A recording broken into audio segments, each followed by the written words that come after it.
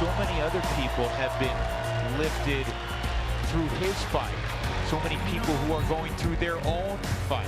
Chad Bettis will take the hill for the first time since last September. And that is see you later, strike three. That's like a father right there. Proud of his kid. Tonight was all about Chad Bettis in his return, and he was sensational. Surround yourself with people that are positive and know that, we're into this together. I'm done, hopefully, with it. I think at the same time, it's never really done. You're always fighting for someone next to you.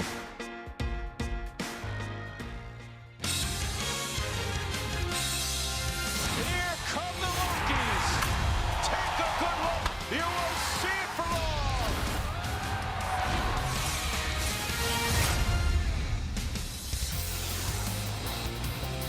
Like he has done so many times in the past, Chad Bettis making his way to the Coors Field mound.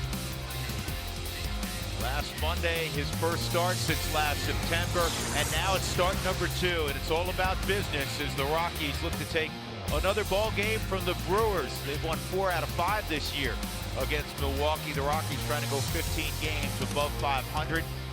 And as Jeff told you in an earlier segment, the Rockies have won 11 straight at Coors Field with Bettis toes the rubber.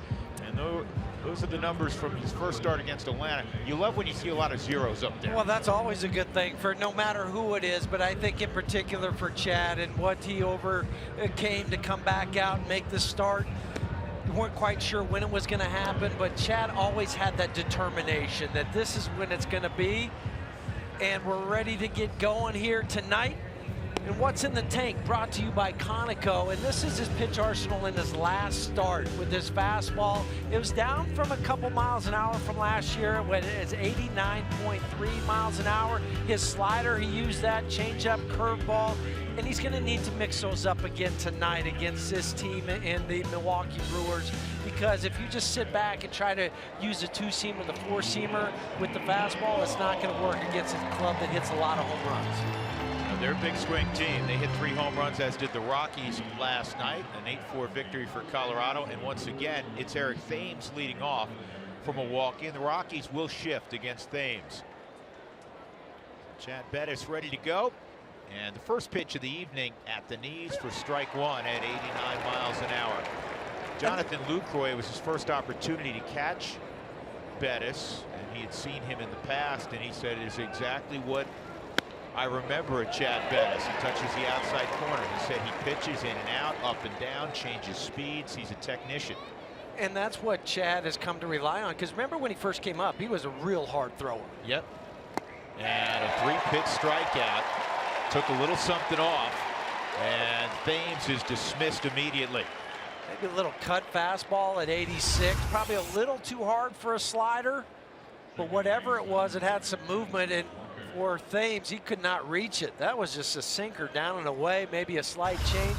I mean, when you're looking at 86 off of 89, it's kind of tough to tell what it is. I do know it had a lot of movement. Had a lot of late movement, and it was well located. Here's Neil Walker. Game number 5 in a Brewer uniform for the switch hitting second baseman. That misses, ball 1. Walker was 2 for 5 yesterday.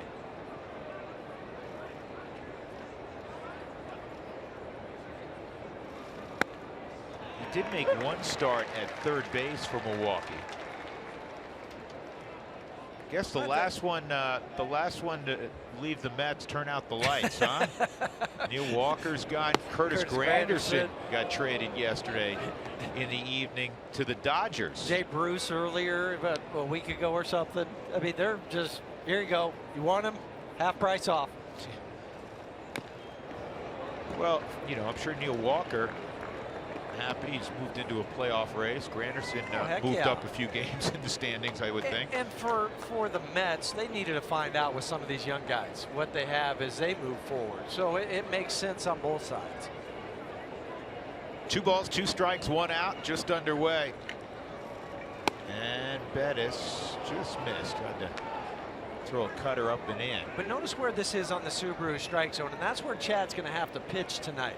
It can't be in that circle or in that middle quadrant. 3-2, and that's up and away, ball 4.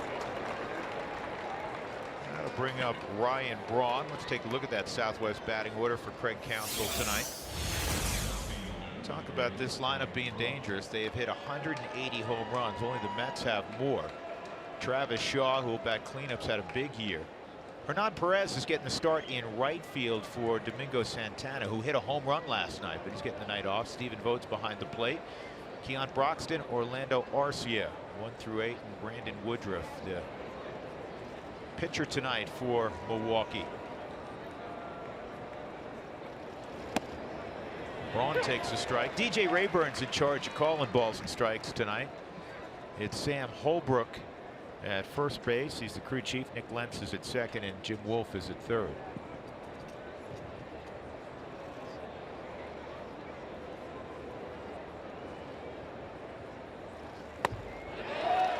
That's in off the plate. You're not going to get hurt there. That's an impossible pitch to keep fair, even if you put the barrel on it somehow, right, Huey? Yeah, you're going to hook it and give somebody a souvenir down the left field line. That's all you're going to do with that pitch.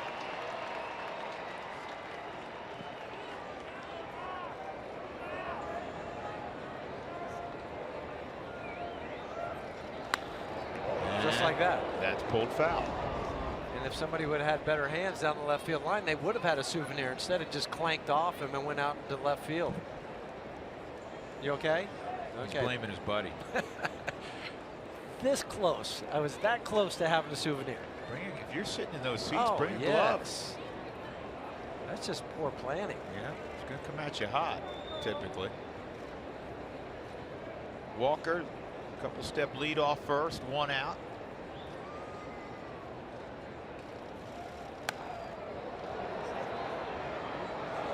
You see Chad working Braun in, and that's a smart approach, isn't it, Huey, with Braun, because he wants to get extended. He likes it out over the plate, and especially with 2 strikes. You know, because he stands off the plate, so that's what that tells you. He wants to get extended, and if you pitch him in, 2 things are going to happen. One, he breaks his bat, or he really has to try to pull his hands in to get to that pitch. Struck out twice on curveballs yesterday from Marquez.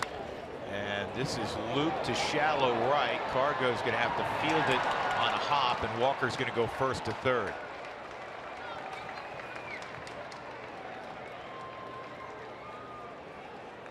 That'll bring up Travis Shaw. Let's take a look at the Rockies defensively. In the outfield, it's Para Blackman and Cargo.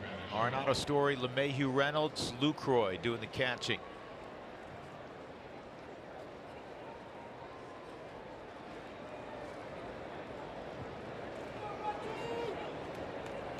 Travis Shaw with the red batting gloves.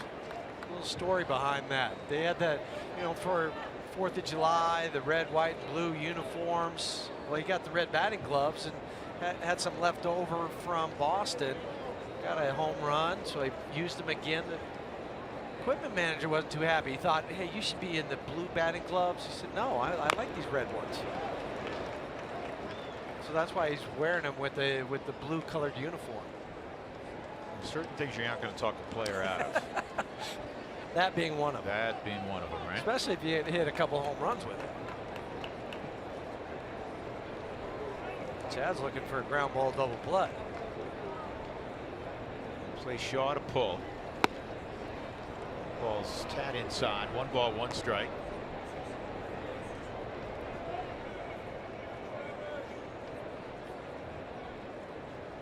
Shaw has hit almost exclusively in the cleanup spot for Milwaukee.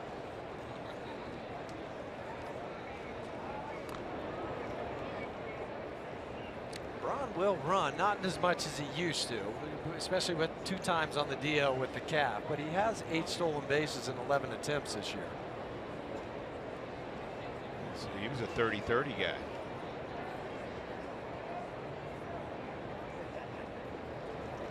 Good pitch.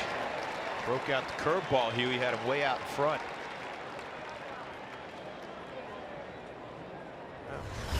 A curveball out of the hand. That was filthy.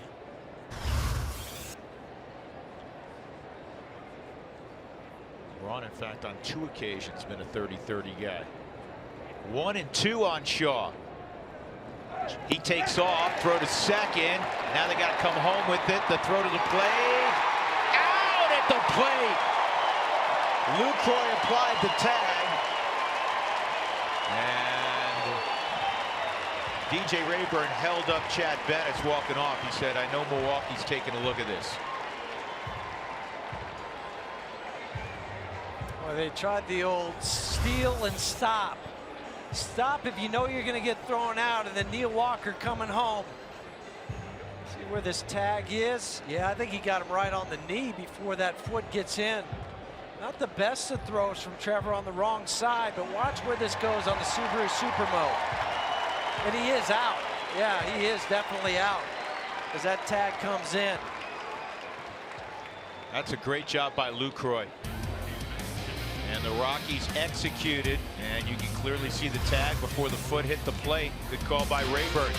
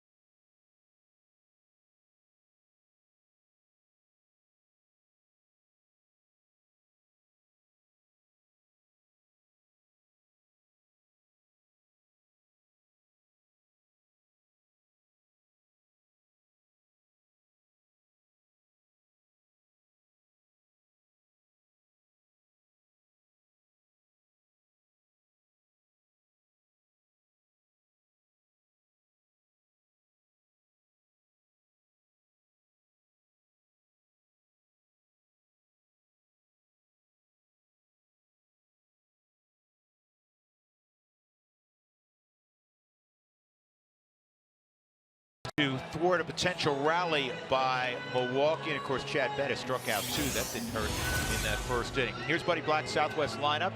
You know it well by now. Blackman, LeMahieu, Arenado against righties. Parra bats cleanup. Then Mark Reynolds in the 5 spot. Cargo a home run last night. Lucroy will bat 7th. Story 8th. And Chad Bennett's 9th. Young right-hander is on the hill, making just his 3rd big league start. Brandon Woodruff, a native of Tupelo, Mississippi. Big, strong kid, 6'4", 230. He's got a good arm. Well, and he's used to pitching at altitude too, because now the Brewers AAA affiliate's down in Colorado Springs. So a little bit of the altitude shouldn't play with the mind like it normally would with somebody making their first start at Coors Field. 2-0.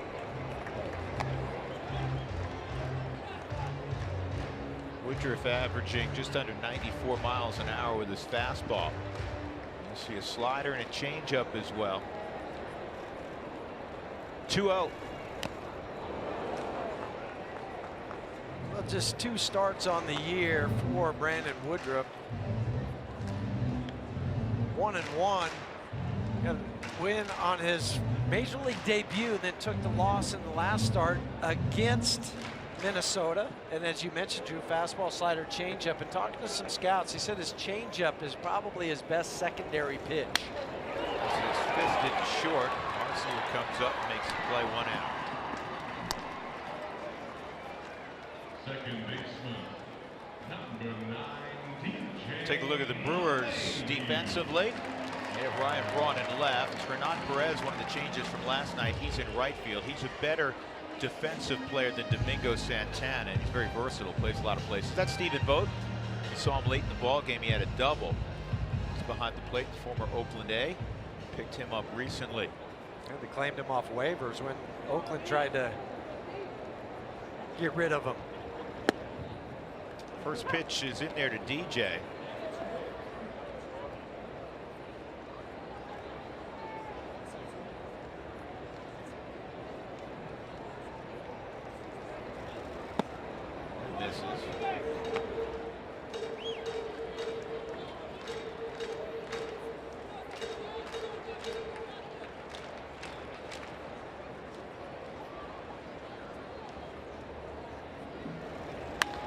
And a base hit the other way for LeMahieu.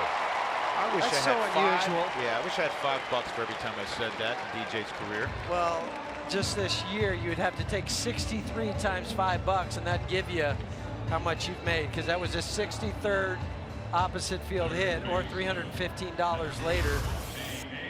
But again, Subaru Supermo, look at the back leg coming up and really driving through that. The hands working, top hand, bottom hand. It's a great example, that video right there, and how you froze it, of when hitters talk about allowing the ball to get deep. Yeah, because if you don't do that and you get out on your front side, you wouldn't have that angle created on the backside. Milwaukee plays very deep with Nolan up there, which you understand. Creates a lot of space in front. It's why at Coors Field on a base hit, it's almost an unusual hit if you don't go first to third. It's like a bullet at the left fielder. Yes. And that's why, you know, when Braun threw that little flare out to right field, it was easy for Neil Walker to go to third. Inside on Nolan, 1-1. Nolan threw out a 2-run triple in the third yesterday. He was 1 for 3 and a walk. Resting on 105 RBIs, or more than anybody else in baseball.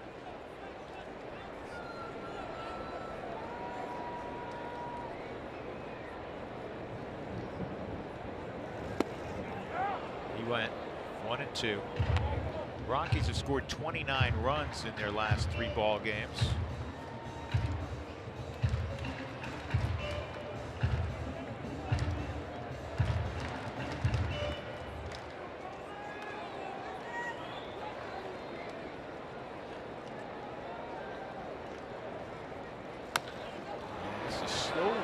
This is a tough play at third, and Shaw makes it.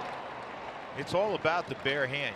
If you don't come up with it cleanly, you're not going to have a play. And we watch Nolan do that all the time. 2 outs, DJ at second. And that was a real good play from Travis Shaw. Because a bounding ball is always a tougher one to bare hand, but Shaw got it on the Subaru Supermo, and in one motion got Nolan by a step. The rule is, or what you're taught, is a bounding ball, you use your glove. If it's rolling, you can use your bare hand, but he knew that was his only option. So here's Gerardo. He had a big day yesterday against his former club, 2 for 4, including a home run. He drove in 2. His last at bat, he hit a line shot to center field. He hurt the Brewers when the Rockies played that 4-game set to open the season at Miller Park. Trying to hurt him here in the first inning on a Saturday night in Lodo. The season for Gerardo, 421 against Milwaukee. It started way back in April, and then it carried over to yesterday. He's 8 for 19. With a home run yesterday that went 410 feet, 6 RBIs for the spark plug. Outside, 2-0. With 2 outs, he's hitting .314 with runners in scoring position this year.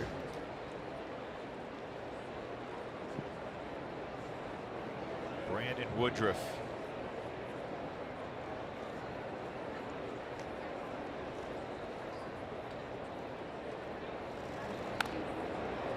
Woodruff's a Mississippi State product. This is kind of interesting.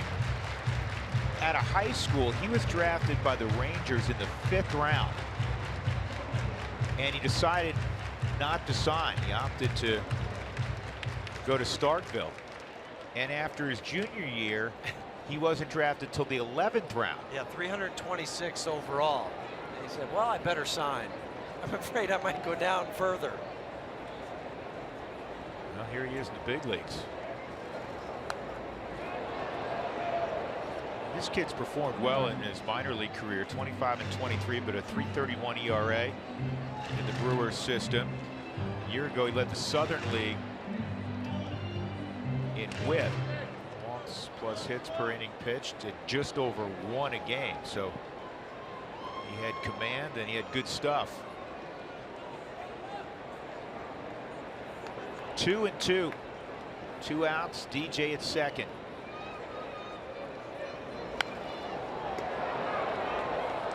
Whips that bat through. Just a little rain coming down now. And make sure as a hitter that you don't get any of those raindrops coming off your helmet as that pitch is coming. It's not heavy, just a little annoying. It's annoying if you can't get your umbrella up either. That would be a problem. And that was a foul tip. It was held. So Woodruff gave up a hit to LeMahieu. DJ's left at second. We'll go to the second inning. No score.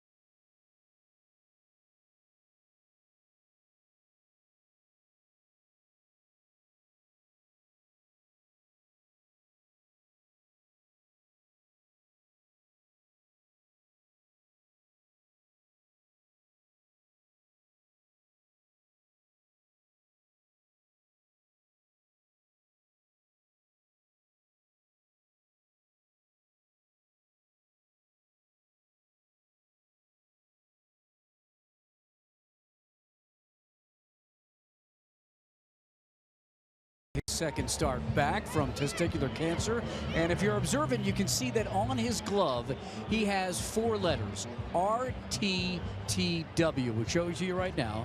That's embroidered into the leather. What's it all about? Well, we asked Chad. It started last year because, but it wasn't on a glove yet, and it was when I was really struggling. I mean, it was where I was going through a really bad time of starting, and I was talking to my dad about it and everything, and he was like, look, he was like, just run through the wall, just run through it. And so as everything developed a little bit this offseason and moving forward into the season, I was like, I need to put this on my glove. You know, I think it means too much. How appropriate is that, guys? Run through the wall. His father was here on Monday, and I talked to him up in the suites, and he said, I got him with 10 starts this year. He knew. He was thinking ahead, how many games left. So they are close, and that's why that is on his glove. Yeah, it's interesting. And Huey, I got to ask you, in your career, did you see players, maybe you did, either writing or embroidered a message to inspire or to remind? I think it was more writing early on in my career, and then maybe a little bit more embroidery coming in later. Sometimes on the bill of the cap, Sometimes the bill right? of the cap. It would be on your glove. You see sometimes now on the shoes of players that they'll have something there. The difference is from when you played, not to make you sound ancient, but now they just call up their rep, yes, and exactly. they say, hey, can I get these shoes This is with how this I saying want on it? this. Yeah. This ball's lined to deep center field, and Charlie's going to have to field it off the base of the wall. And Stephen Vogt has had 2 at-bats in this series, and he has 2 doubles. He hit that one through a sun shower. Double last night was right down the right field line. This one is on the line to dead center. Charlie goes back and he starts sprinting on this, and then he realized, no, all I can do is play it off the wall at the base of the wall in the Subaru Supermo. It does kick back to him. Sometimes it'll hit that bottom and then it'll just stay there. I don't think it mattered. I don't think Steven would have gone to third. But he was able to pick it up and get it back in. One out. Here's Keon Broxton. He homered to center last night. He had another hit as well. Gets a curveball. I'm chuckling because this is Colorado. It's 85 degrees. The sun is on part of the field and it's raining. Of course it is. That's why I love living here. Broxton lays down a bunt. Lucroy will get him at first base. Thank you. Yeah. Now, I say thank you because if I have a guy at second base with one out, that didn't make a lot of sense. No. Especially where he's hitting in the lineup, because if the Rockies choose to, they can pass on Arcia and go right at Brandon Woodruff. Right. This didn't make a lot of sense. No, it didn't. And for a guy that hit a home run last night, I'm going to try to drive that run in. Jonathan pops out behind home plate. I tell you what, if that ball would have hit Broxton, they would have called interference on that one, on the runner, because he was so far inside that baseline at first base. Early in the game, the Rockies will go after Orlando Arcia. He hit a home run last night. Same spot that Broxton went deep, dead center field. Yeah, he hit that ball 422 feet. He's one of those guys that you look at and you wouldn't believe he could hit a ball that far. This is 12th home run of the year. 0-1 Bettis with 2 outs.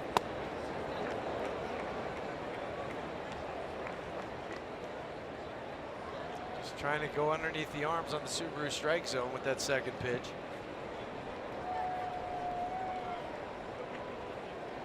Arcia just a couple of weeks ago turned 23, blocked by Lucroy. That's a good shift by the former Brewer catcher and the current Rocky catcher. He moved out about 4 feet to block that baseball. When you do that, you also have to make sure you stay pretty low. You don't want to get up too high and then have to drop back down again. Make you late to that spot. He got him to reach. Cargo in right field. Pretty deep. This ball's carried pretty well, but Cargo's got room and he makes the catch. Good job again, pitching by Chad Bettis with a little traffic. Both left at third. Middle of 2-0 score.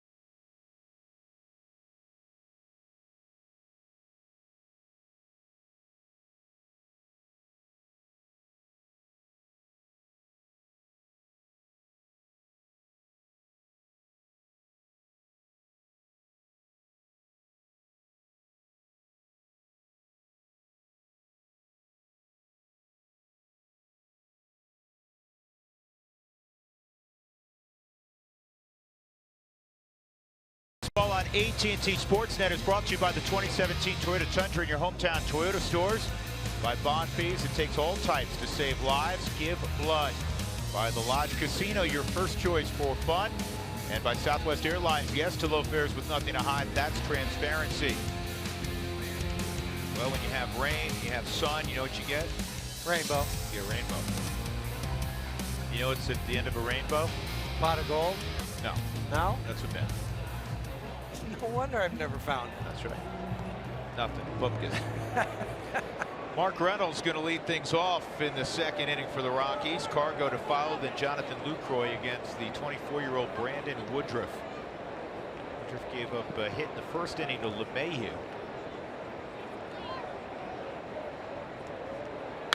And this ball is lined to deep right, and Perez is going to make the catch right at the base of the wall.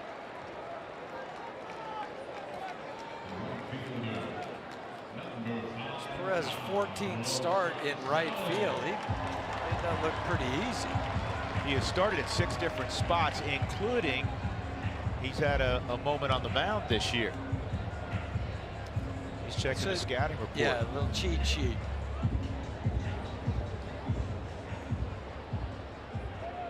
Cargo last night threw out a couple of hits, including that 2-run home run in the 5th. It kind of opened the floodgates a little bit. Gave the Rockies big separation on Milwaukee. I like Cargo's batting gloves tonight. Those are new, aren't they? Oh, they are different. 2-0.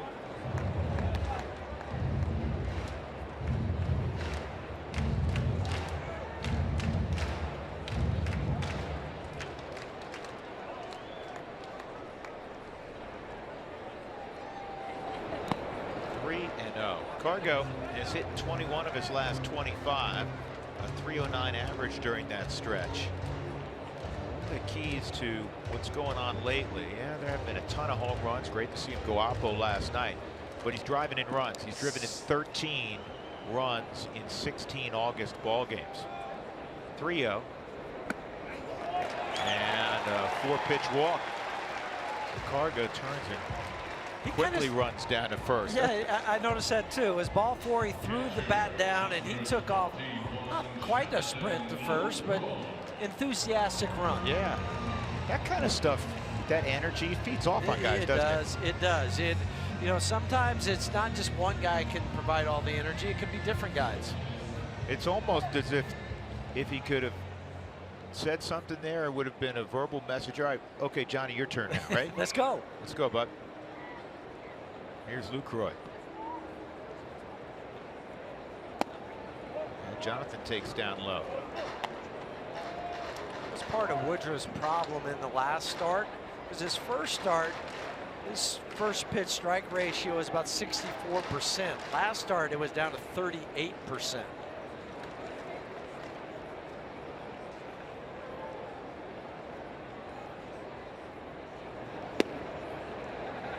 Called strike, 1-1.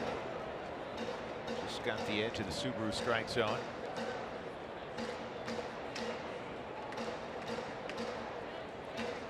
Rockies are 8-8 in August. The Brewers are 8-8 in August.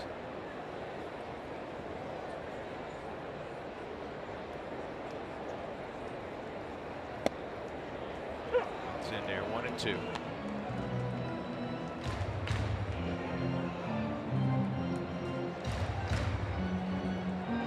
One of those guys that is not uncomfortable hitting with 2 strikes. I always say that about DJ. You can't have a high average batting if you're not comfortable doing that. Jonathan in his Milwaukee career for 7 years, excuse me, 284 career average with the Brew Crew. And you know what? If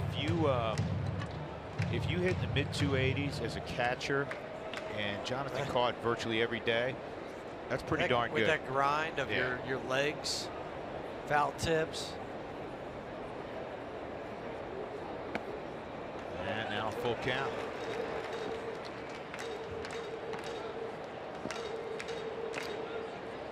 Nice start, Cargo. Full count with Jonathan.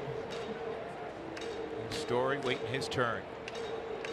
Stephen Vogt behind the plate, not quite the thrower that Manny Pena is. Should also stay out of the double play. Cargo going, and it's fouled off.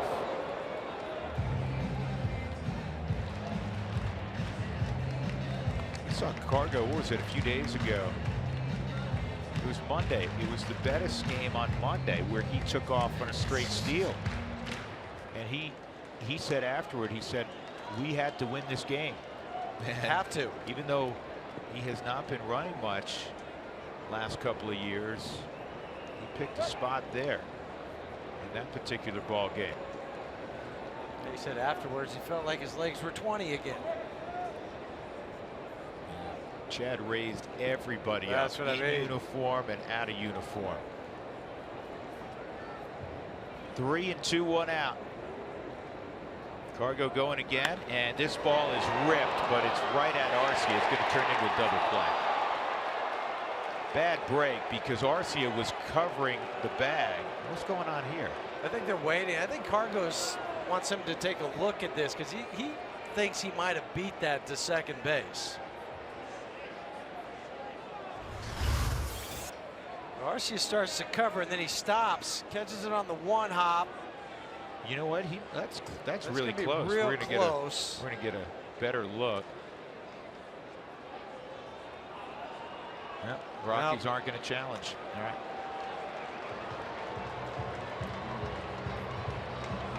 Be the 134th double play that Milwaukee has turned this year. Game of inches. A few inches to the left. That's a base hit, and it's first and third.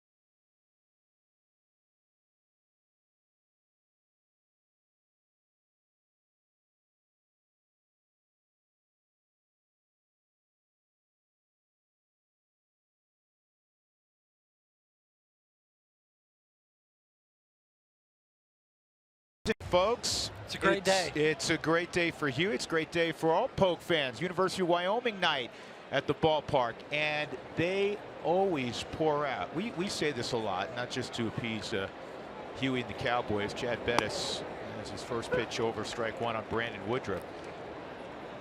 But we run into so many Cowboy fans when it's not just Cowboy now, down from Cheyenne, Laramie, and parts north of there, big time Rockies fans. And we have a special Rockies fan with us right now, longtime athletic director of the Cowboys, Tom Berman. That's an 0-2 pitch that's knocked into center field by the pitcher Woodruff. And it's the first major league hit also for Brandon Woodruff. So congratulations to him. I wish it came on another night. Tom, good to see you, man. Thank you. Thanks for having me on. Yeah, you doing well? Doing wonderful. It's we're just a couple weeks away from football, so great time of the year. There's a lot of excitement, and there should be around your program. We were talking about it last night. First of all, it begins as a whole with what Coach Bowles done up there, but beyond that, you have a kid who may go first overall in the draft in Josh Allen, a quarterback. That's special. Yeah, it's we call it the Josh Allen effect. I mean, it's I was just in New York City for meetings a few weeks ago, and on the subway they're talking about Josh Allen and the Jets. You know, as they want him in New York. I'm like, well, let's finish the 12 games in Maryland, please. Well, how about that too for a kid that had to basically send out letters to over 1,000 different coaches and universities. You know, recruit me. This ball gets by both outfielders. Thames to third, and he'll get a stop sign there. It's a run-scoring triple, as that ball was just hitting the right spot, and it was almost as if, I'm not sure if Charlie thought Cargo was going to be able to cut it off, and then Charlie couldn't reach it. And remember, it's wet out there, so you know that ball skips, huh? Yeah, and I think that's what happened on this one. Thames yesterday hit a ball a little bit harder, but to the same area. I just think it was the route maybe for Charlie, because he started to go straight across, and then he had to cut back to it and didn't create the angle that he needed to. So back-to-back nights for Eric with the triple. And now with nobody out, the Brewers have Thames at third base, Neil Walker at the plate. Walker walked his first time up. Hey, Tom, that's interesting. You're talking about Josh Allen being in New York, and the Jets fans are starved from some talent, and it always begins at the quarterback spot. This is to shallow right. Cargo coming, and Thames didn't even bother tagging. One out. Well, he knew better. You have a great schedule also, and I'm going to start a couple games in because Oregon comes to town, and I don't think there's any tickets left, are there? No, we've got like 700 single seats split around the stadium, but we're going to sell them. But it's going to be a great atmosphere, and our season tickets are 30% up of where they were last year, and went over 10,000. So a lot of good things going on. Everything's trending the right way in Laramie. Open up in Iowa. We open up on the road against the Hawkeyes, which is Big Ten challenge, but good opportunity for Josh and the Wyoming Cowboys. How's he handling all this attention? You know, it seems to be, and it's hard to judge, but it seems to be he's just a grounded, solid young man with a great family, and taking it in stride and making sure that his teammates understand that this isn't just about Josh, this is about them, and they got to do this as a group. Because you did lose some key players from last year. Brian Hill, of course, for the running back. A couple wide receivers. Great wide receivers. Yeah. Tanner Gentry, Jake Hollister. I mean, they're really good players. So we've got some holes to fill, but Coach Bull's done a good job. Slider swung on a miss, 1-1 on Ryan Braun. The culture has changed up there. We followed Coach Bull from afar at North Dakota State. I go back when he was at Nebraska. And Coach Bull, like his roots in Nebraska, you know, he wants to play physical football, and he's recruited to that, and it works up there on the high plains. It does work, and we weren't where we wanted to be last year defensively, and that really irritated Coach Bull. And there's a new focus on that. Scotty Hazelton's our new D coordinator, and I think you'll see a different defensive effort, different defensive plan that will be more of what Coach Bull wants. Tom Berman's with us, the athletic director, 11 years on the job in Laramie. Here's the 1-2 on Braun, center field, and that one's caught. Here comes Thames. Here's the throw. It's offline. Charlie really couldn't quite get behind that because he had to sprint in. Not sure if it was going to drop initially. So it will work as a sacrifice fly. Braun has his 38th RBI, and Milwaukee has a 2-0 lead. I think you're spot on, Drew, where he started to come in thinking it was going to be a sinking line drive, then had to stop. So he really didn't have a lot of momentum where you could get behind the baseball to make the throw. And then it was offline. You watch Charlie have to stop on the Subaru Supermo, catch it, and then gather his momentum again. I mean, that's not what you want to do ideally as an outfielder. But for that ball with Ryan Braun and the way he hit it, that was really his only option. 2 outs. Travis Shaw's at the plate. Tom, I want to ask you, the Mountain West is, you know, one of, if not the most respected non-Power 5 conference, and in athletics we've gotten in this habit now. This ball's crushed. That's going to make it 3-0. Travis Shaw with his 27th of the year. 80th RBI. Had a 9-game hit streak snap last night. Comes back. He was sitting on this curveball because he waited back to take it out to right center field.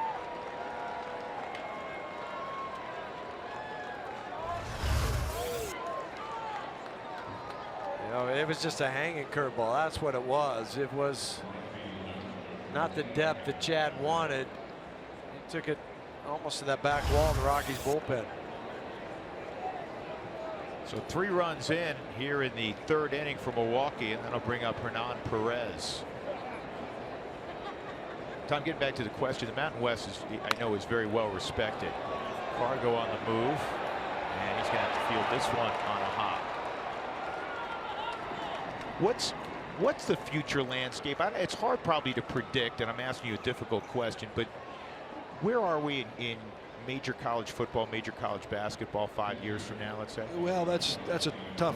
I would say 5 years from now you're going to be at another transition phase, because the media rights deals are going to be starting to come due at the autonomous 5, the Power 5 leagues, and so there could be another shift starting in about 5 to 7 years.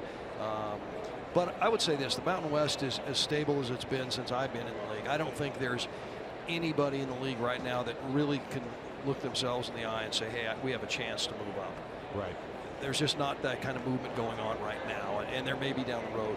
But there is a clear delineation between the Power 5 and the Group of 5, and the media is starting to pick up on that, and I find that unfortunate, but it is what it is, and we have to learn to deal with it.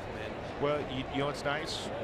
When a Wyoming goes to Iowa City and knocks off the Hawkeyes, you know, there are a lot of early season games between Mountain West Conference schools that have, you know, tradition-rich football programs and an opportunity. You know, Colorado State up the road will play Colorado. They'll play Alabama on the road. They played them tough a couple of years ago. You know, Boise State has you know, been marvelous, as we all know. We're excited at AT Sportsnet to be involved for another year with the Mountain West and football and basketball. In fact, next week our football schedule will come out. Hopefully the Cowboys are on them a couple of times. Yep, yeah. We appreciate the partnership with AT Sportsnet. It's been it's great exposure for the Wyoming Cowboys. Here's Stephen Vogt. He had a double his last time up. Got a new building going up there, the high altitude training center. That's really impressive. It's phenomenal, Jeff. It is nothing like what you trained in. The old half acre. In the old days. We've made great progress. Okay, good. But yeah, it's a $44 million facility that is going to be the premier training and student athlete development facility in the Mountain West.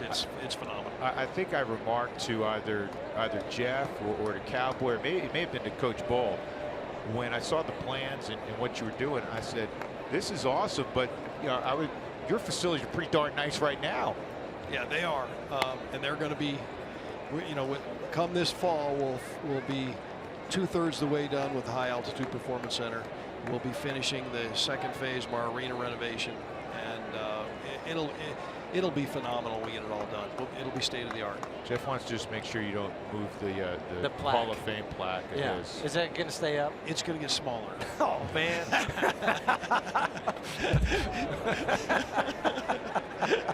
2-2 on Vogt. I remember it was the late 80s. I was up doing a Wyoming football game. I think it was 1988. And Greg Brown, longtime secondary coach, Irv Brown, one of Irv's kids, who's so well thought of defensively. He's been in the NFL and major college football. He's been in so many ports. And I went over to talk to Greg. He's coaching the secondary, and he had an enormous, it looked like an Eskimo jacket on. It was before the indoor facility was built. You don't have to worry about weather anymore up there. A strikeout, Stephen Vogt to end the inning. Tough inning, first tough inning for Chad since his return. He gives up 3 to Milwaukee.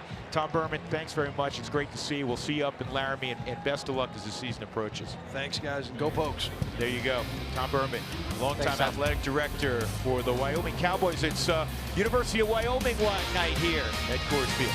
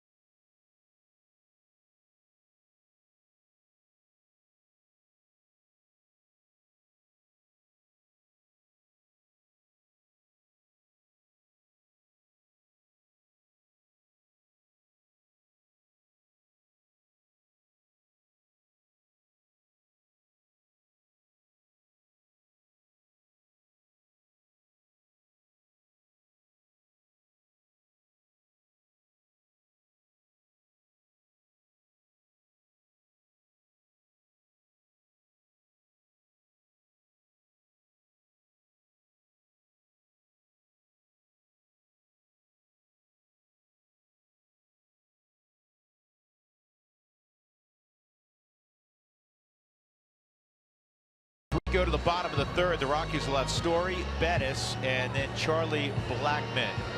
Fans of the Rockies score 7 or more runs, go to participating Colorado Taco Bell locations the next day between 4 and 6 and get your Rockies taco special Lip Moss at Taco Bell. Big crowd, well over 40,000 expected tonight. I'll tell you what, this may ultimately be a sellout or very close to it, just glancing around. Story takes a strike. Trevor 0 for 3 last night, actually 0 for 4 last night. Good reach on a fielder's choice.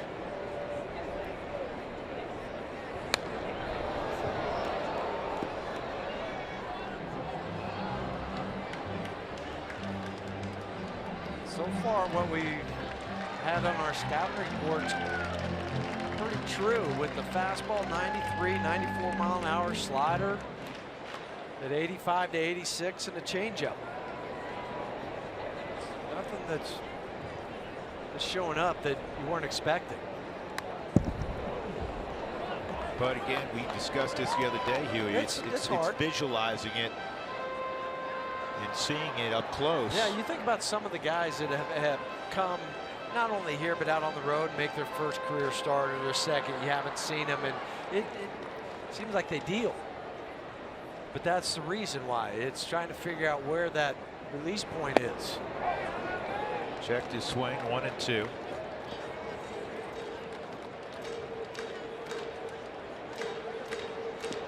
That's why it always gets interesting, that second time through, third time through.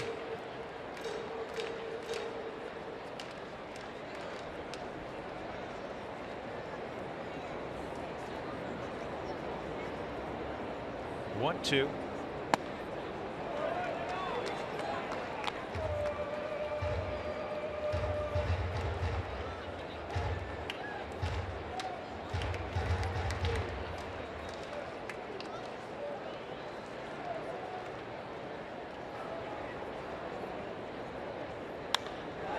Is in the air to center field. Broxton will have a play.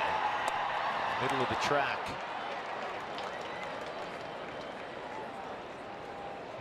Going to bring up Bettis with 1 out. Here's our CenturyLink high-speed challenge question. As always, go to AT Sportsnet RM on Twitter to cast your vote, and we'll show you the results during the Twitter postgame show. Of the following, which Mountain West football team will you be pulling for this season? Well, the Front Range, it's an appropriate question. Cowboys, the Rams, the Falcons, or the Lobos? Chad takes a strike. Chad's going to look back a few times. You're only supposed to vote once. Do you know? That's it? Yeah, that's it. Chad's going to look back on that last inning, and he's going to be upset. He gave up an 0-2 base hit to Woodruff to start the inning, and then of course you had the triple after that, and ultimately the home run by Shaw. Well, with that base hit, you might pitch differently to the leadoff hitter, Thames, and so if he's not on, then you can maybe throw a curveball or a slider, something different. Second strikeout for Woodruff, and that'll bring up Charlie. Brandon Woodruff overcame tragedy in his family last year when he was pitching in the minor leagues. Late last July, his older brother Blake died in an ATV accident back near his home in Mississippi. He was gone for about 10 days, and he came back to Biloxi in AA and led them to a 1-0 victory, 6 shutout innings. And the only run of the game came on a Brandon Woodruff home run. Divine intervention. Story. Yeah. It was his first and I believe his only professional home run. It kind of gives you chills hearing a story like that, doesn't it?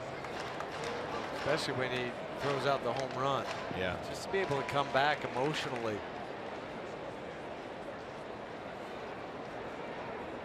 Two 2-0 on Blackmon with 2 outs in the third.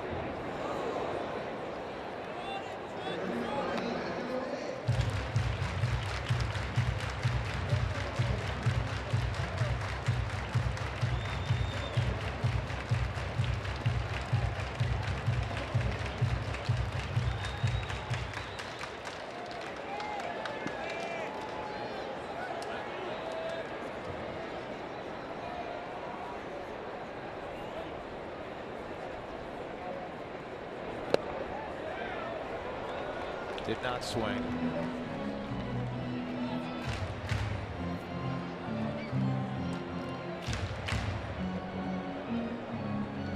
Both teams last night had 9 hits. Both teams hit 3 home runs. Rockies won at 8-4. 3-2 on this homestand. 2 to play. And that's ball 4.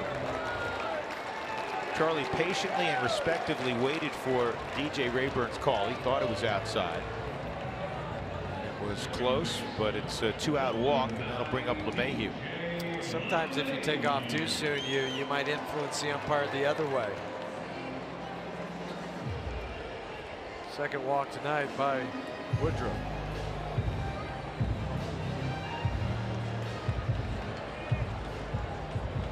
DJ a single to right.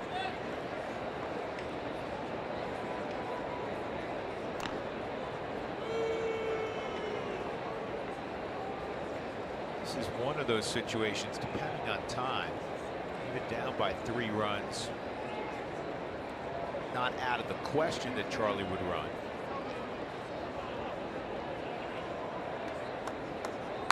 And a base hit. And Charlie will stop at second. Nolan will come up with 2 gone. Didn't give him a chance to run, and why should he if you're going to take another hit to right field? 43 times this year, multi-hit games for DJ. And with the first baseman holding Charlie on, again, another classic Subaru Supermo inside-out swing, let the ball travel. And Charlie had to wait for that ball to go by. Now you get Nolan with a .433 average with runners in scoring position. And just tied Eric Hosmer. Rockies will see Eric Hosmer early next week. Remember, Team USA in the WBC is having a big year. Charlie leading everybody in multi-hit games. Here's the RBI king, Nolan Arenado.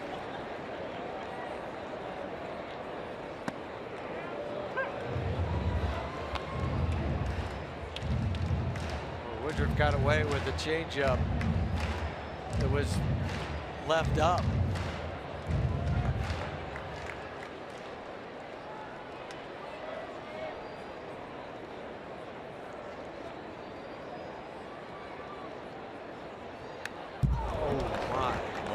Rip on a fastball that was up. Change up the first pitch on the Subaru strike zone, and then the fastball was the second pitch. They wanted the ball up. They almost didn't get it high enough.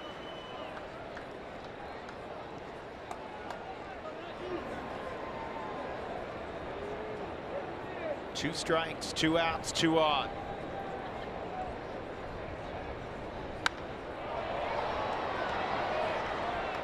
Was just a foul ball swing. I'm just trying to foul this ball off. Close enough to a strike, but I didn't want to take it. One of the toughest outs in the game, especially when there's traffic out there. The .413 average with 2 outs and runners in scoring position. Rockies in the 3rd, down 3-0.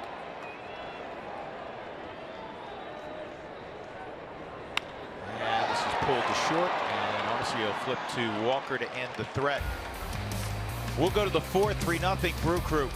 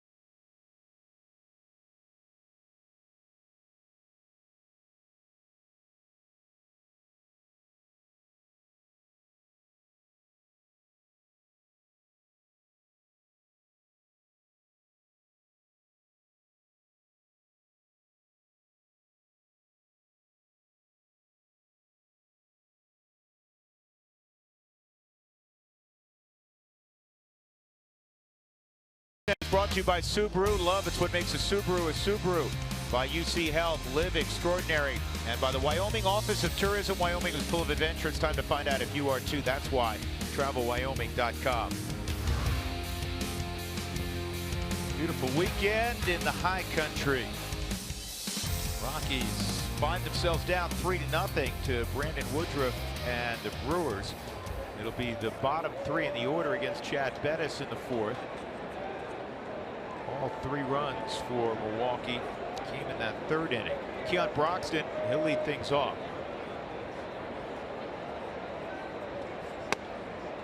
Fastball's inside.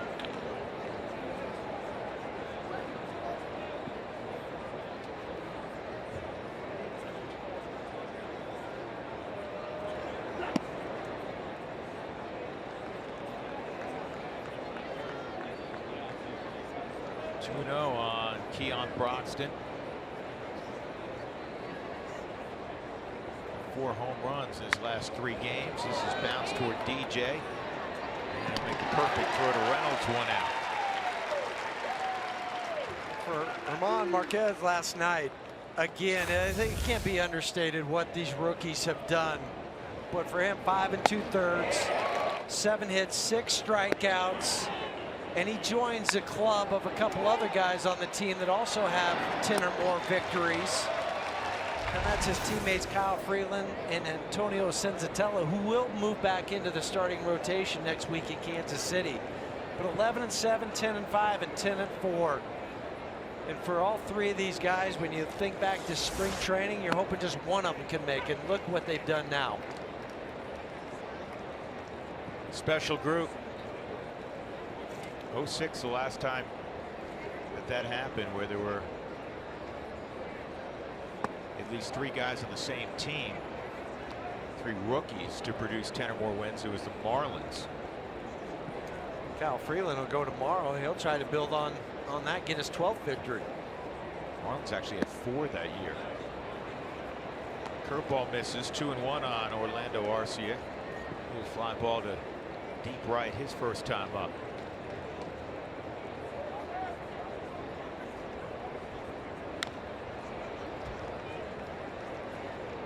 Rockies trying to put together a nice stretch. It begins, as you know, one game at a time. But remember way back in the latter part of June, the Rockies lost 8 in a row after getting to a season best 21 north of 500. That was on June 20th. They were 47-26 after the Rockies beat Arizona.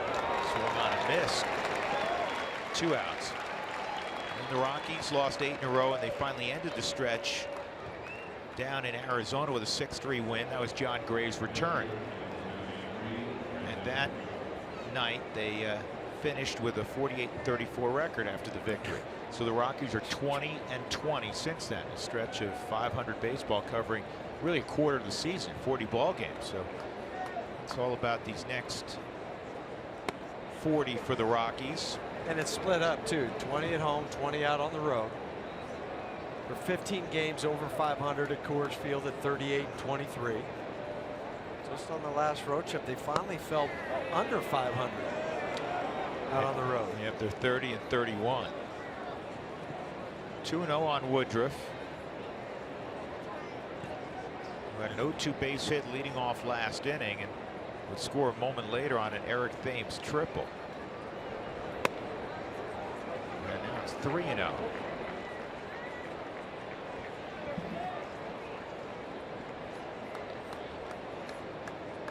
He doesn't have a bad looking swing. Not going to be swinging here. Kind of imposing at the dish too. He's 6'4", 215, 220 pounds. And a base hit. He's 2 for 2.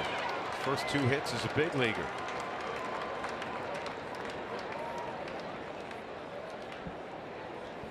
Fans join in on the conversation. Send us your questions, your statements, photos perhaps. Use Twitter or Instagram at AT&T Sportsnet RM and include the hashtag Toyota Talk. That's the 7th hit allowed by Chad.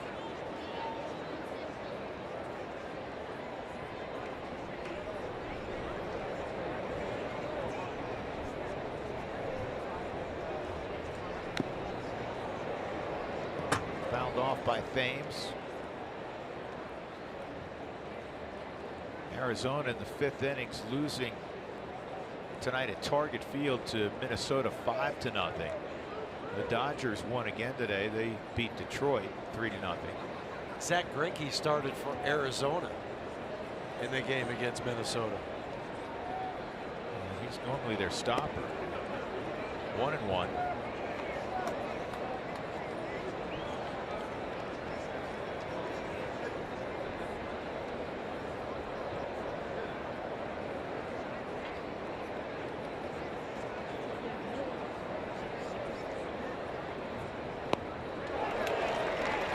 Ball, 2 strikes on Thames.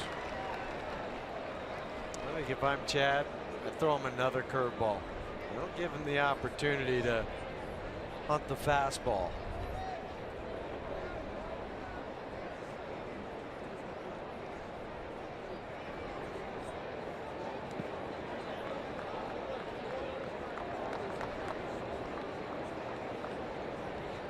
Two balls, 2 strikes. You know, Santana's home run yesterday.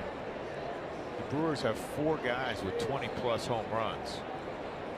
Last year they had just 2. Team record's 5 guys with 20 or more home runs. Thames one of them. He's got 27. He and Shaw have the team lead. That looked pretty good. Where's that pitch? Where is that pitch? Well, should have been strike 3 on the Subaru strike zone.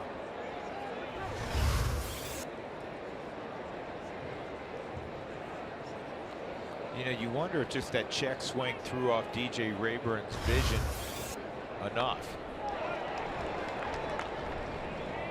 Yeah, maybe.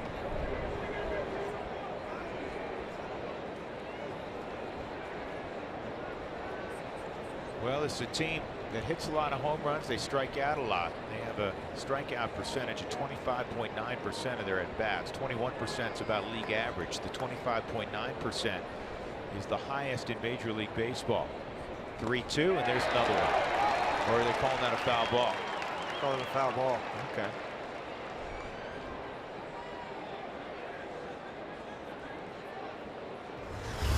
And on these, it's real tough for the umpire to actually see it. So what they try to hear for the sound of that ball going off the bat. Pretty good curveball. Real good one, and that's why. Go ahead, throw it again. Ground ball to DJ. He's going to go to a knee. And that'll end the inning. Woodruff singled again. He's left on base. Middle of 4. The Brewers leading the Rockies 3-0 at Coors Field.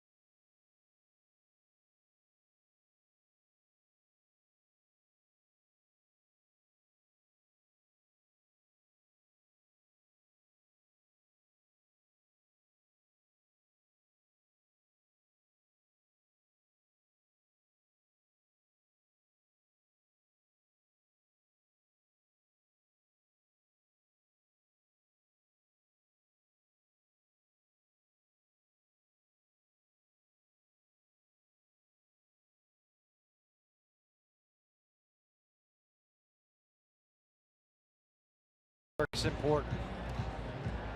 It is a little easier to hit, though, without the catcher's mask. Well, he's doing double duty. He's getting ready to put the gear on also. Time for the Unlimited Baseball break, brought to you by T-Mobile. Here's what we have for you. Curtis Granderson, as we discussed a little while earlier, acquired by the Dodgers from the Mets. Jock Peterson was sent out. Albert Pujols ties Sammy Sosa 8th on the all-time home run list. He hit number 609. Look out for the Angels. They're coming. Aroldis Chapman has really struggled, and they're backing off him, Joe Girardi said, in the 9th inning, at least for the time being. Thought it was neat for Curtis Granderson today because the Dodgers are playing in Detroit, and when he went to bat, the Detroit faithful gave him a nice ovation. Well, yeah, Curtis Granderson is one of the really outstanding people in baseball. There's a lot of great people in baseball, but he's given back something like $10 million in charitable contributions to his hometown of Chicago, and many endeavors there to help young folks. And I know he did the same thing in Detroit, and that's why he got the kind of response he did in a place he played for a number of years. The Yankees, yeah, they have Dylan Betances to close, Robertson to close. They have options, but they've fallen 5 behind Boston now in the American League East. Comfortably entrenched in a wild card spot, but you never know. Nothing's comfortable. You're still a quarter of a season to play. I think that's what people tend to forget with 40 games to go. Still a quarter of the season. When people want to start handing out postseason invitations, you can go ahead and do that right now with the Dodgers, because they can go 0-42 and they'll still have 86 wins, and I don't think they're going to go 0-42. But for everybody else, and to a player, they know you have to grind. There have been many cases. Remember the Mets were 7-up with 17 to play on Philadelphia a few years ago and blew it. Yeah. Look at the Rockies back in 2010, 2007 first, winning, 14 out of 15 ultimately before the postseason, 13 out of 14 to get to the postseason. Here's the 1-1. Gerardo takes low. But then in 2010, almost the reverse happened. The Rockies were in great position to be a 90-win type of team, and they lost 13 of their last 14. And I can still see where it started. It started in L.A. They lost the game late, then went to Arizona, got swept there, and just couldn't recover. 3-1. Parra trying to reach here against Woodruff. Second time through for the Rockies against a pitcher they have no familiarity with.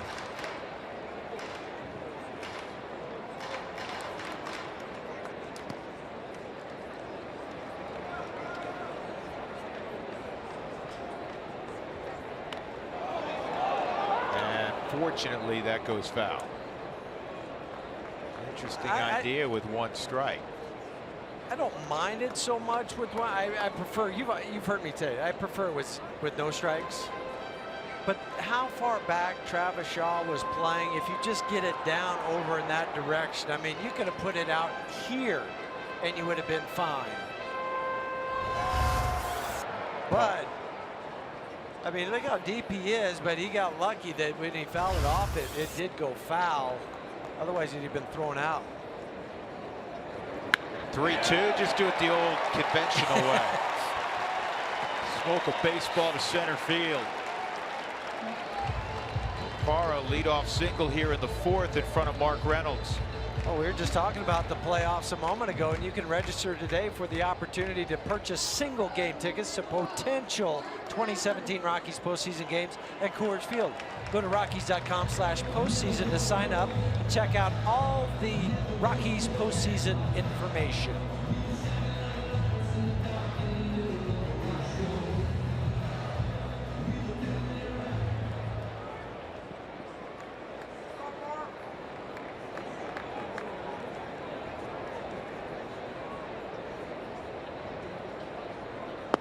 Outside on Mark. Mark hit a line shot to the wall and right. that Hernan Perez caught, only because Perez is playing almost at the wall in right for Reynolds. You don't have many games in the outfield you feel more comfortable coming in on the ball than going back. I remember Ryan Braun, when he first moved from third to the outfield, Huey, he was kind of like Alfonso Soriano when he moved from second base to the outfield. They literally played on the warning track. They had paint on the back of their jersey. That's how close they were to the wall out there. They were rubbing up against it, and it'd rub off on their jersey. This ball through the middle of the diamond, a base hit. Parra will stop at second. Rockies have a little something going now. Keep saying it. Second, third look at a pitcher you have not seen. Better swings. Think about the first 5 guys now that have come up the second time against Woodruff. You had Charlie who walked. DJ had the base hit. Nolan hit the ball hard. Nolan hit the ball hard to shortstop. Gerardo base hit. Mark base hit. And now you got Cargo up. Cargo looked like, he didn't swing the bat. He walked on 4 pitches. I know this may sound peculiar, but you know where I'm going with this, Huey. He looked like he saw him well. Yes, he did. Because there was 2 pitches in particular. The first 2 pitches were kind of close, but not close enough for Cargo to swing. But he eyeballed those almost all the way back into the glove. Hopefully it pays off right here.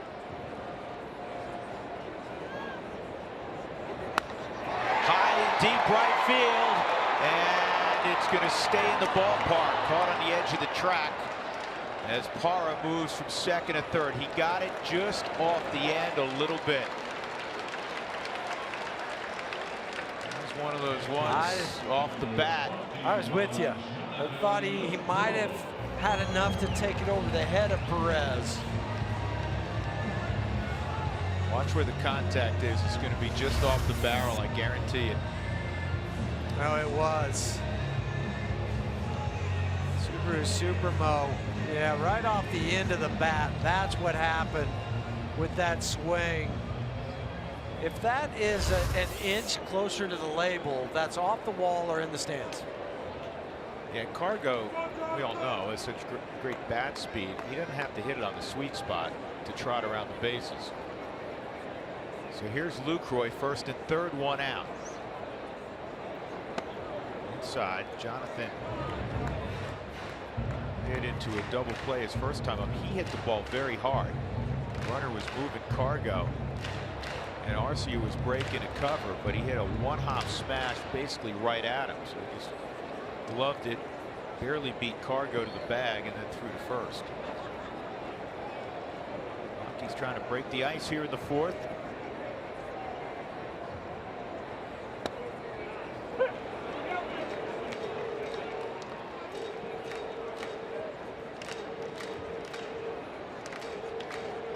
Not a pitch that you want to try to get up in the air. That one where you don't have a chance to get the barrel to the baseball and it get extension.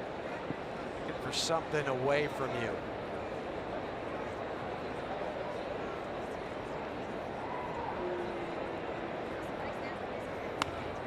This is Luke to shallow center. It'll work. Reynolds to second. The Rockies are on the board as Parra scores on the base hit by Lucroy.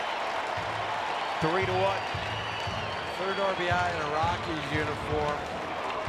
28th on the season. Gerardo coming around to score. He started this inning off with that solid single to left center. Meeting with the pitching coach, Derek Johnson. That's how you make sure you stay in. Watch the right elbow, how close it has to get to the body and to the hip to clear the hands. You just throw it out there in the green grass and drive home a run.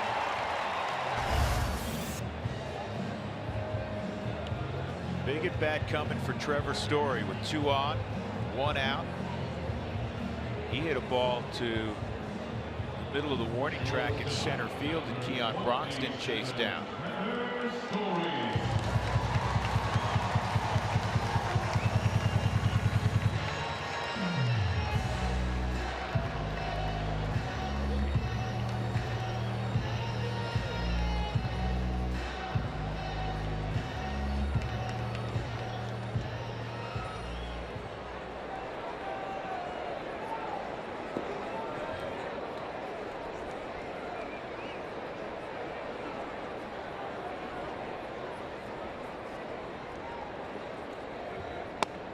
Sign on Trevor, 1-0.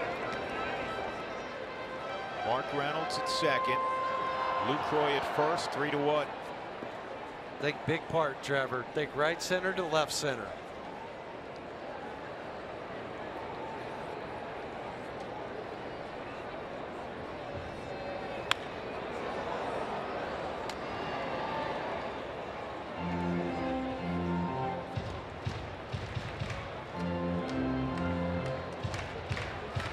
Tricky's hitting in that 8 spot. Trevor hasn't done it a ton this year. For most of the year, it's been whoever was catching, but now that the Rockies have Jonathan Lucroy, he moves up in the lineup. Story of late's been batting in that 8 spot. 1-1. And a pitch there. 1-2. That's the one pitch that he wants back. The ball down, and that's where he likes it. Down and over the middle portion of the plate. Third pitch on the Subaru strike zone. That's a quadrant where he does swing the bat very well and has a much higher contact rate. 1-2. See if they try to elevate a fastball up by the letters.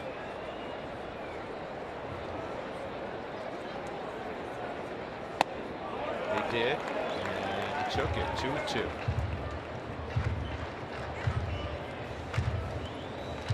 Again, it's not only big because you're in the 8 spot with the pitcher on deck, but in this particular case, not to be disrespectful to Chad, but he'd be the first to tell you, of all the pitchers the Rockies have, he's probably the weakest hitter. He only has 2 at-bats on the year. Well, that as well.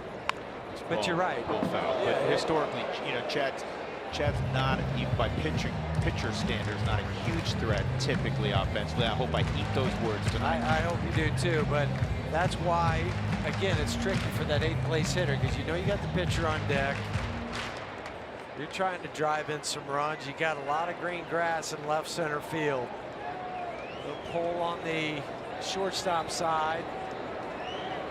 Roxon's playing 3 strides into right center field. 3-2. Good at bat stories putting together. Now finish it or win it, as they'll say. Win it. As they I say like for that. the dugout. And that's up exactly. there 7-8 pitches. Win it now. Win the battle. Yeah, and that's exactly what they're yelling from the dugout. Come on, Trav, let's go. Win it. You can do it.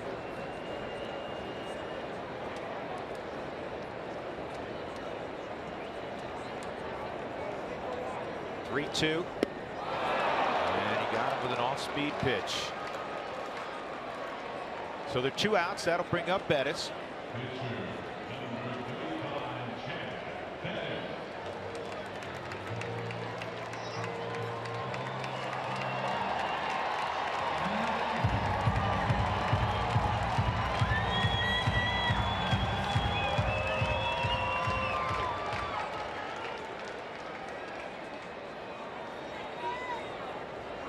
Chad struck out swinging his first time.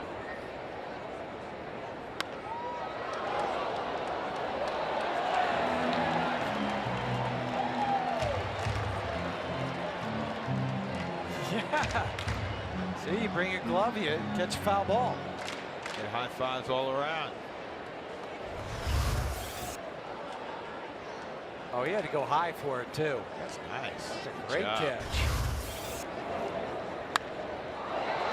Somebody else can have a chance.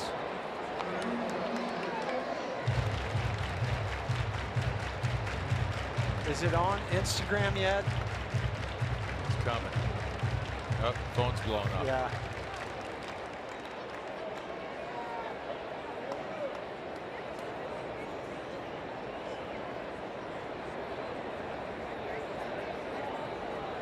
Check out, Mom. I was on TV. Deserved Should to be with that catch. You bet. Absolutely.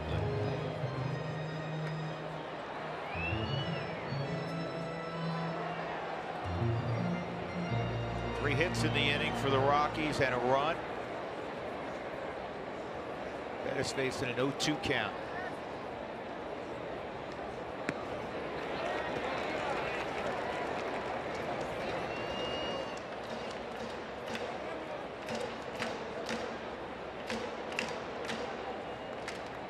Well done. Yep, see, that's it. Now she's describing the catch that he made. And that's strike 3 on Chad. So the Rockies get on the board on the base hit by Lucroy to score Parra. 3-1 as we go to the 5th.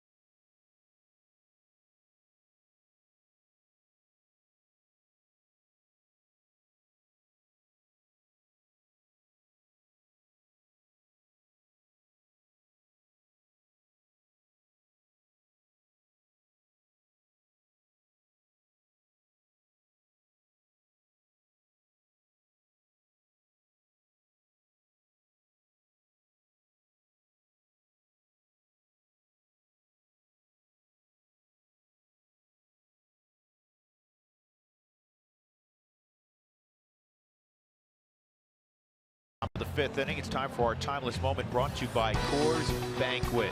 And this was a special moment between Buddy Black and Chad. And here's what Chad had to say about that moment.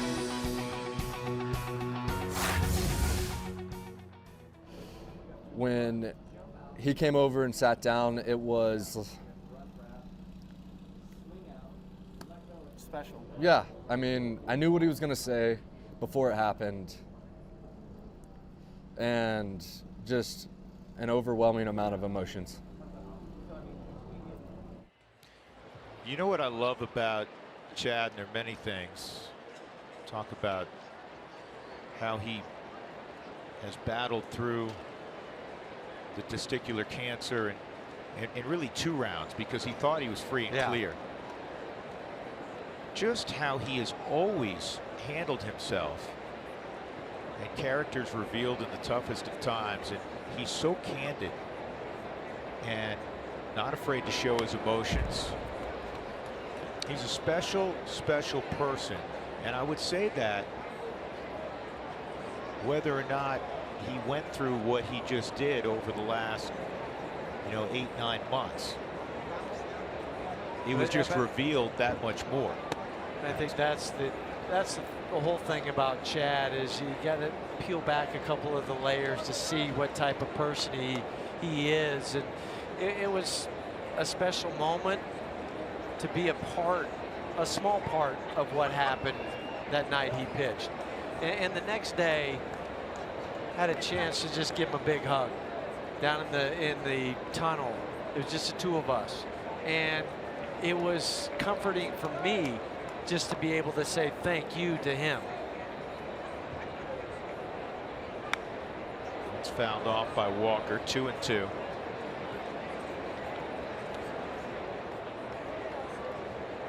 Think about how many people have gotten inspiration from Chad. One of my favorite signs that night was that little boy. Yes. Had the sign proclaiming that he was cancer-free. Swung on and missed. Walker strikes out. Bettis with his 5th strikeout of the ball game. That'll bring up Ryan Braun. So a really nice curveball tonight. That might have been a slider. But either way, just have 6 strikeouts.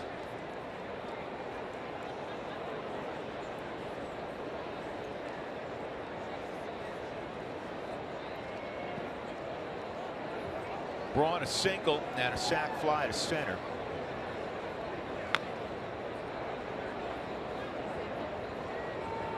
discussing earlier when Braun was on base. His history of stolen bases, 30-30 man twice. He had a shot at being a 40-40 guy. That's rare territory. Came out of the University of Miami in pro ball. He's a third baseman. DJ's going to have a play. Look at him circling, and did he get Braun? Yes, he did. There's subtle communication between DJ and Trevor, and we'll show this where you're going to be able to see DJ call off Trevor. He'll put his right hand up saying, I've got this ball. Just pick out DJ as he starts to go after this ball. He'll put his right hand up right there, letting Trevor know, don't get in my way, I got it. Because as a shortstop, you want to cut in front of the second baseman. That's what you're taught. But if that second baseman calls you off, you get out of his way. 2 outs. Travis Shaw homered on a hanging breaking ball in the 3rd innings up there. 3-1 Milwaukee.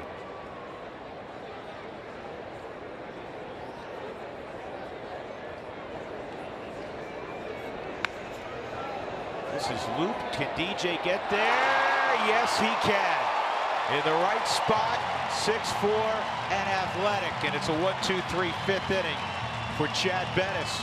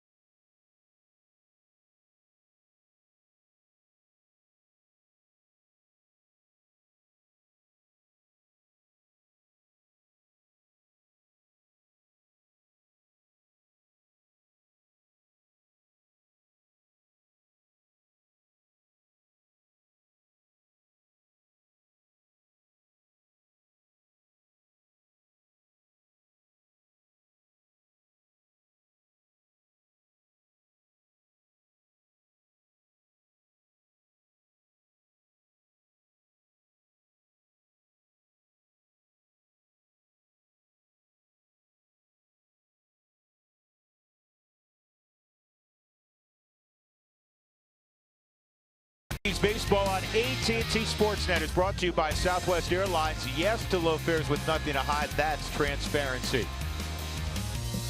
Saturday night, lower downtown Denver. Rockies have to come on back against Milwaukee. Is it 70s night? This would be part of the hot tub time machine. That's funny. Charlie lays down a bunt, and it was smelled out nicely by Travis Shaw. Just a little too hard, but Shaw twice tonight had to come in and barehand the ball and make a throw, and he's done it.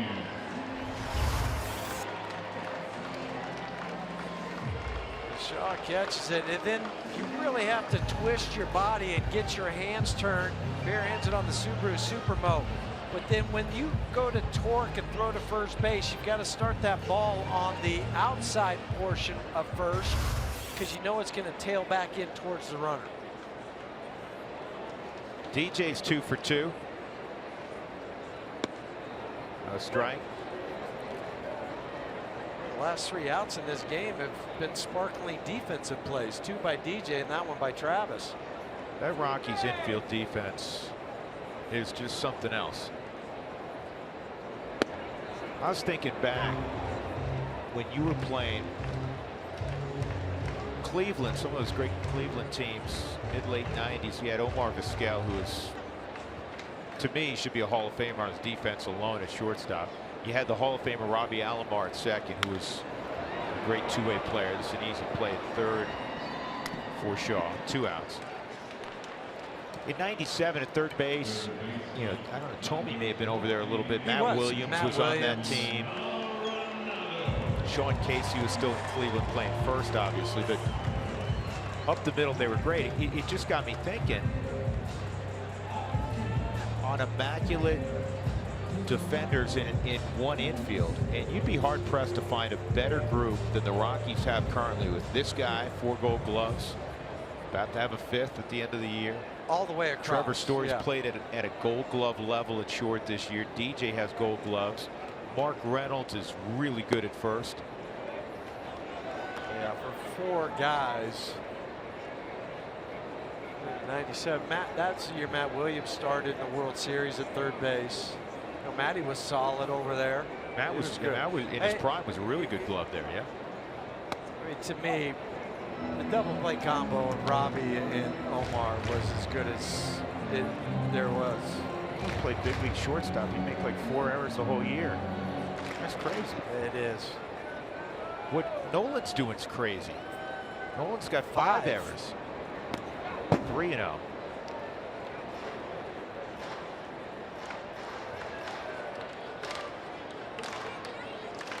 Rockies still lead Major League Baseball with their .989 fielding percentage.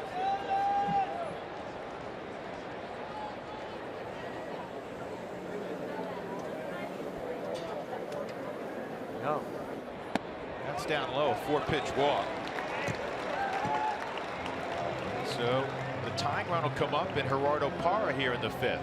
3 walks for Woodruff. Josh Hader, the lone left-hander in the bullpen for Milwaukee. That's Jacob DeGrom. He just put the glove on the other hand. Left-handed version of Jacob DeGrom. Does that not look like him? Yeah. Kind of facially too, not just the hair. Parra, sharp single last inning to drive in a run, and Craig Counsell, he didn't want to mess around. He doesn't want Parra to face Woodruff for a 3rd time. You know, managers sense key moments in a game. So here in the 5th, and that's an interesting one, because most managers will give a pitcher a chance to win the game. No longer the case for Woodruff.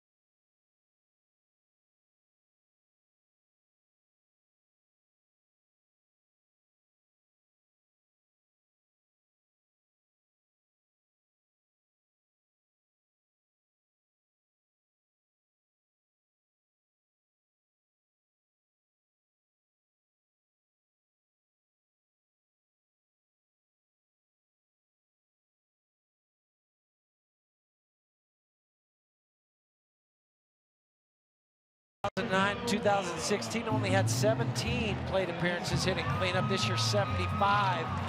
And it's turned out really well because it's a .377 batting average, an OPS over 1,000 tonight, a base hit and a run scored. And now he's going to be facing the lone left-hander, Josh Hader, in the bullpen for Milwaukee. 94-mile-an-hour fastball, 84 on the changeup, 80 on the slider. 18 ball games, acquired in the trade from Houston last year, part of the Carlos Gomez deal. They use Hader in a different way, even though he is, as you said, the only lefty they have down in the pen. He's not here just to face Parr. In all likelihood, he's going to be in the game for a couple of innings. Well, they use him as a long guy. Yeah, last Saturday he pitched 3 innings in that game. Parr pops this up, and it is playable in foul ground, and Shaw makes the catch. And that's all for the Rockies. We turn the page to inning number 6. The Rockies trailing at home 3-1.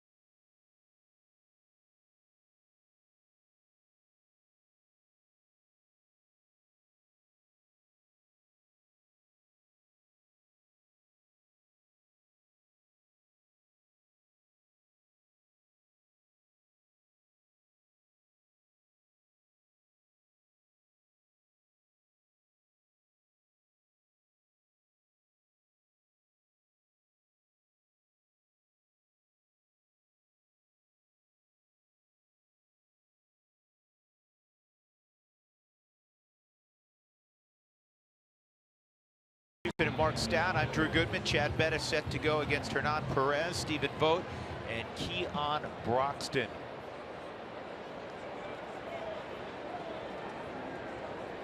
Chad, after giving up the 3 runs in the 3rd, settled down. Just 1 hit since then, and that came to the pitcher. Perez takes a strike. He's 1 for 2 tonight. Chad at 77 deliveries so far. The 0-1, and that's pulled to left for a single.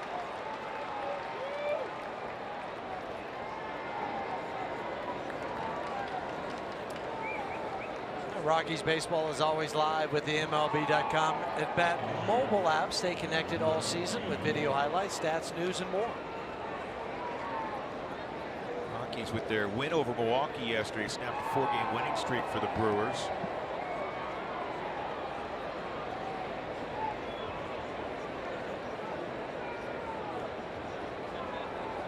Vogt a double and a strikeout. Rockies play Vogt to pull. Story's right up the middle.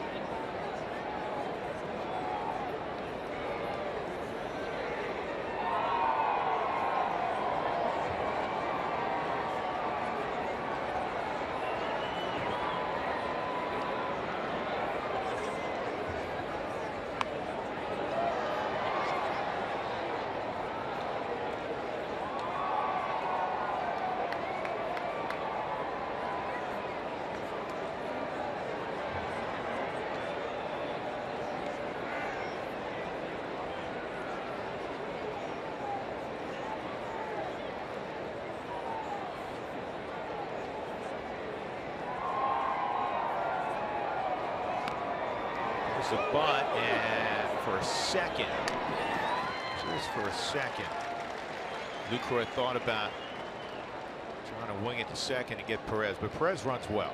And you could hear, I think from the dugout, they were yelling too. Jonathan made the wise play, because if you don't get the lead runner, by the time this all develops, you might not get. You can hear it. He took a peek and then realized, I don't want to make that mistake. I want to go ahead and get the out. So runner in scoring position for Broxton. Laid down a bunt surprisingly in the second. Got credit for a sacrifice. Did it with a runner on second and 1 out, which was a little peculiar. Also ground ball to second. He's out in front of the curveball.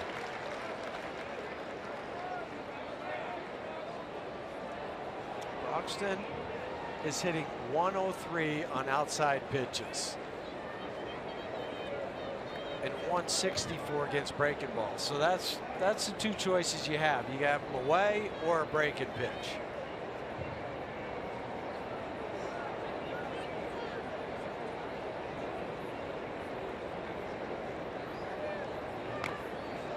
Now he's ahead 2 strikes.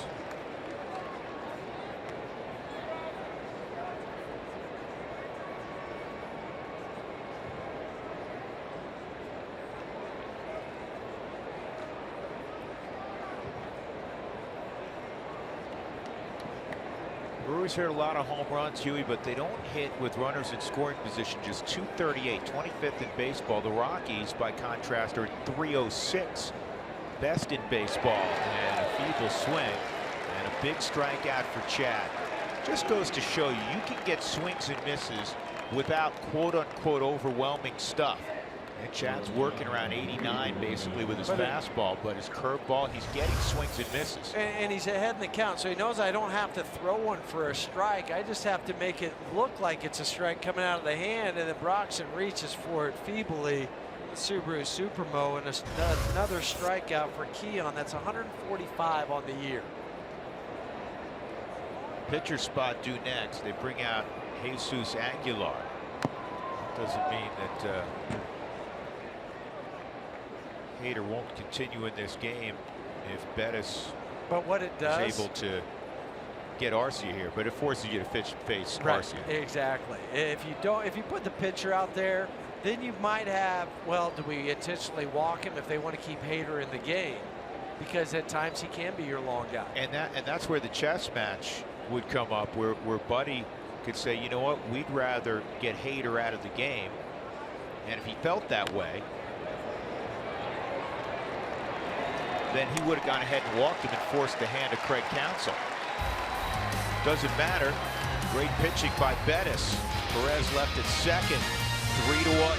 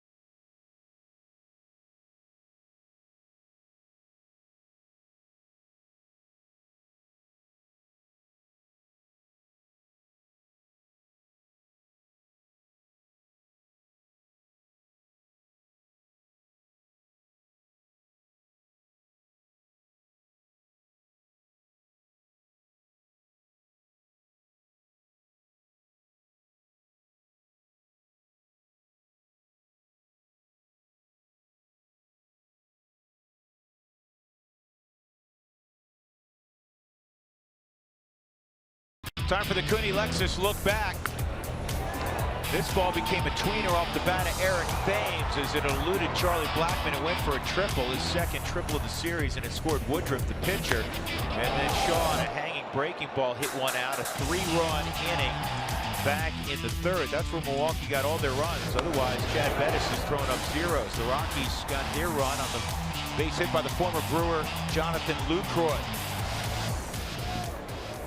Brandon Woodruff went 4 2/3, so he's not eligible for the victory. Josh Hader is still out there. He got the final out. He got Parr to foul out in the 5th with a runner on. And now it's Reynolds, Cargo, and Lucroy in the 6th for Colorado.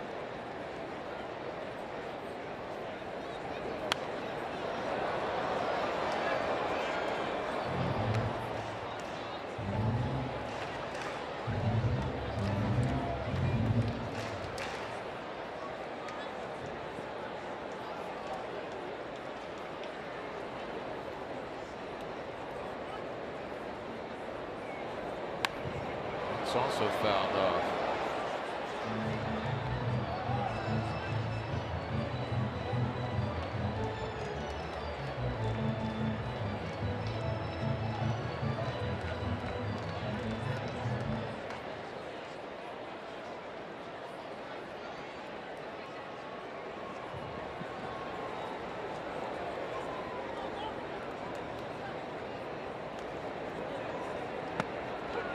Strike 3, Mark Newitt. First 15,000 fans tomorrow will receive a Rockies baseball cap courtesy of Newmont Mining.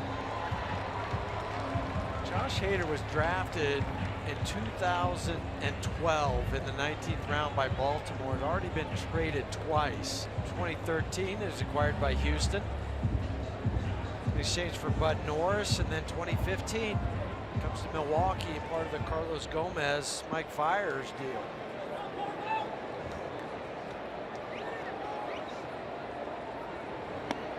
Cargo takes a strike at the knees.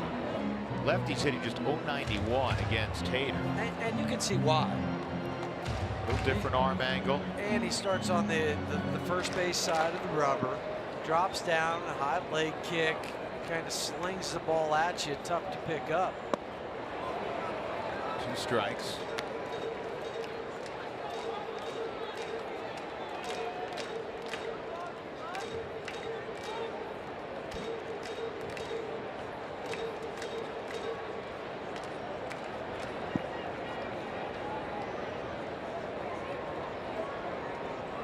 Cargo walking a fly ball to deep right and a base hit to left. He's doing that more and more, Jeff.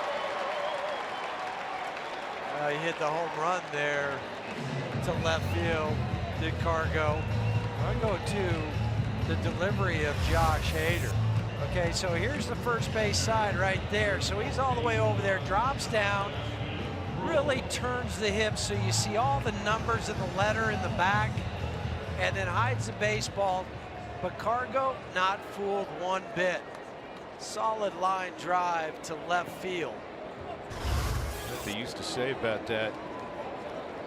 Tell pitchers, guys picked up really easily. To get a little more deception by show the batter your wallet. Yeah, the back pocket. He really does that. He really rotates that upper half. 0-1 on Lucroy. And that's right back at Hader. And it's going to turn into a double play. 1-6-3. That's all for the Rockies in the 6th. It remains 3-1.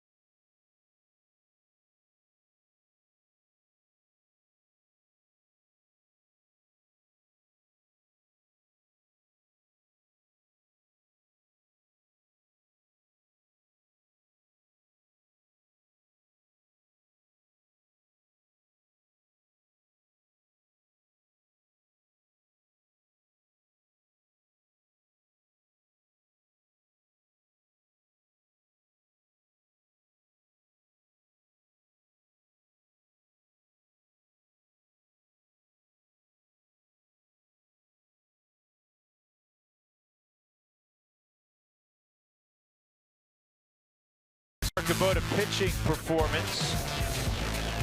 Chad Bennett still out there after 6 innings. He'll have 3 runs on 8 hits. He walked 1. He has struck out 6, and economical with his pitches, 85. He's seemingly getting stronger. Hader will hit for himself here, leading off in the 7th.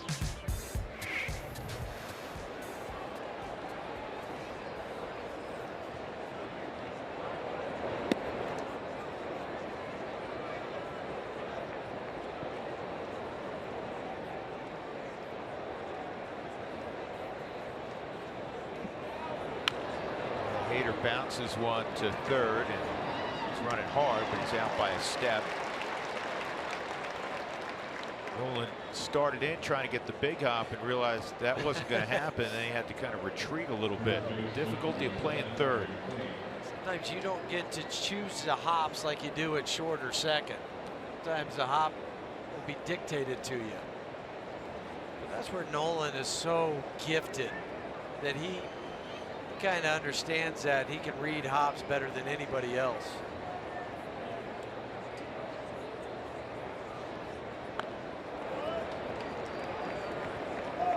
Thames a triple in 3 at bats. Scott Oberg, Mike Dunn. Part of the game where you can mix and match.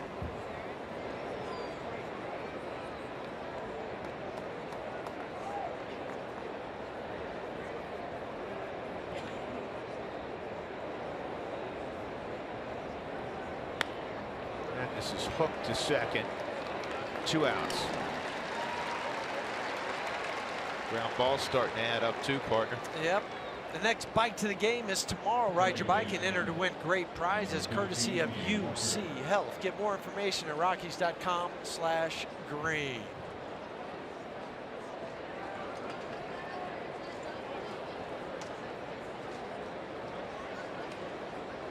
Two outs, nobody on. Neil Walker. 0 for 2 and a walk. 9 ground ball outs for Chad. He had 11 in 7 innings on Monday against Atlanta. 7 innings of shutout baseball. He just pitches, man. He just finds a way.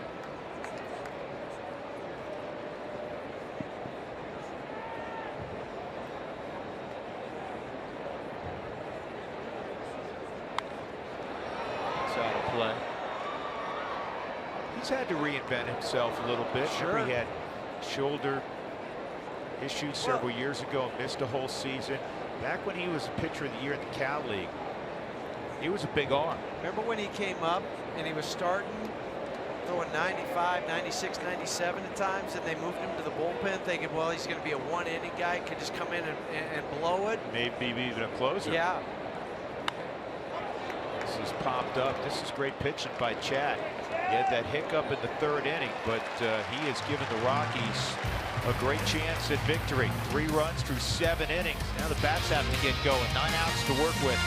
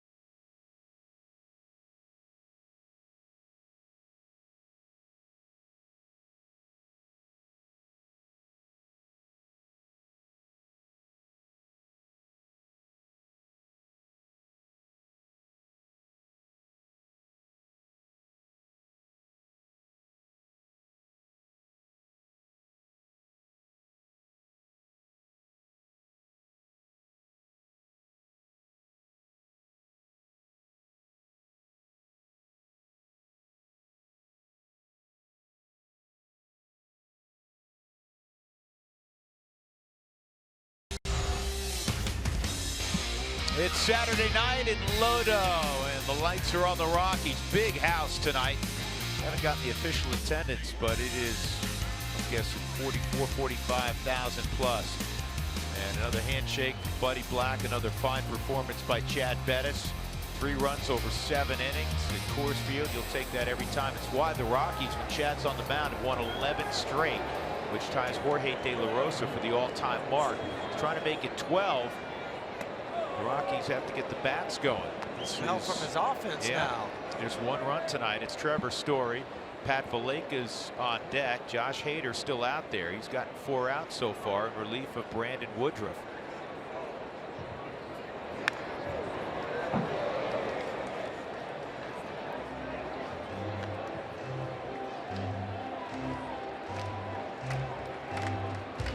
What we got going here? Oh, he's mad because Trevor hooked that one in the dugout. He's telling him that he hit it in fair territory.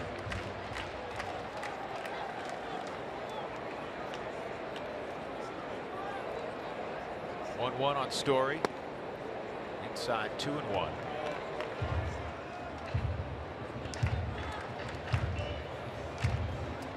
To Valleca, Charlie Blackmon at the top of the order. Rockies have a run on 6 hits. Good eye. Good eye. 3 runs, 8 hits for Milwaukee.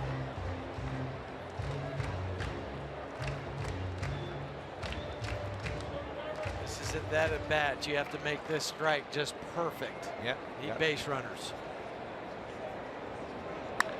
Down the line, that's a fair ball.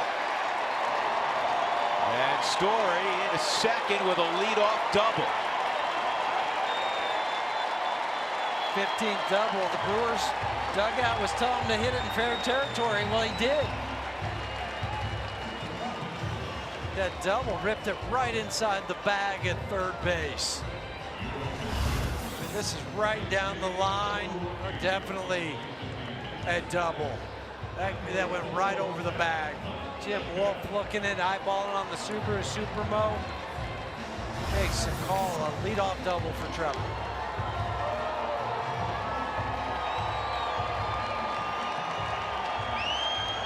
The bullpen has been pretty solid for the Brewers this year. However, they've kicked some leads late in ball games. In fact, we're in the 7th.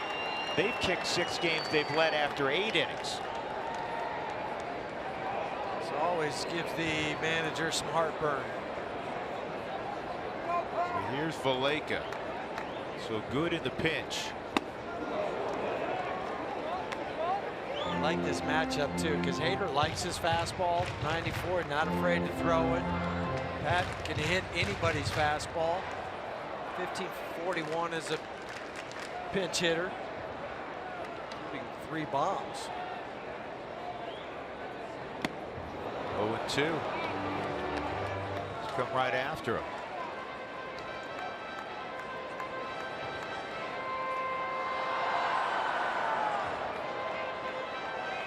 Final line on Chad Bettis, 7 innings, 3 runs, all 3 earned, 8 hits, a walk, 6 strikeouts, 92 pitches. Good strong outing again from Bettis. Valleca strikes out on a 95-mile-an-hour fastball. 1 gone, and that'll bring up Blackmon. Might be the first time all year that Pat swung through just 3 straight fastballs.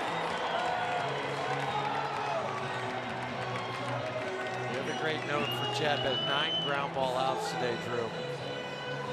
He does his thing. Gives his club a chance to win.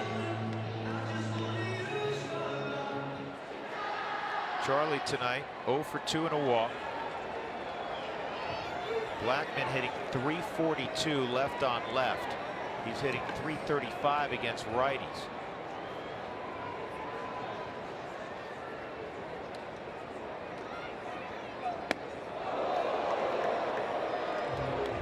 Charlie's not facing the same pitcher here that began the game, clearly.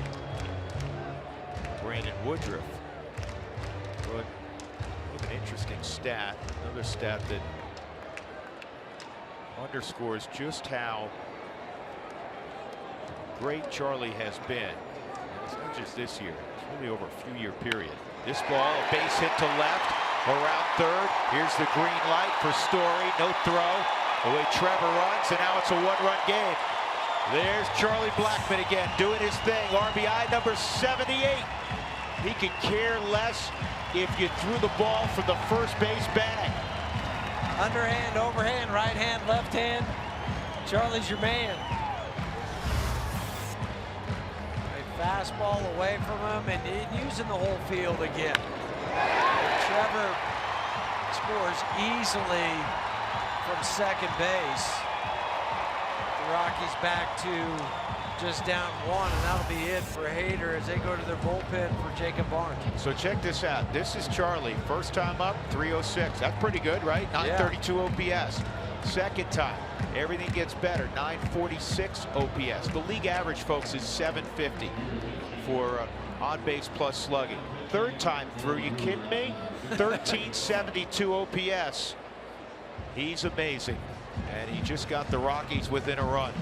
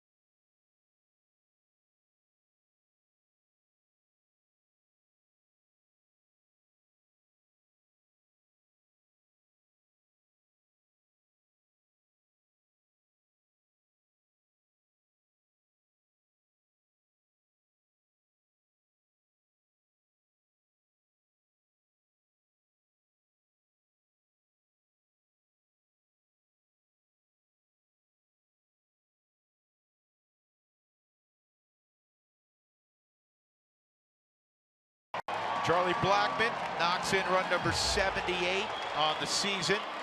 He's the tying run, and his buddy DJ LeMahieu is about to take his at bat here. DJ's 2 for 3, and the new pitcher is Jacob Barnes, one of the setup guys from Milwaukee. Barnes making his 58th appearance. League hitting 235 against him. It doesn't matter. Lefty's 235, righty's 236, but he has given up almost a run more out on the road this year than he has at home. Giving up some home runs. He's also walked some guys. For Barnes, he likes the fastball, and it is a lively one. 97 on average. Curveball, slider. DJ takes a strike. That fastball at 98.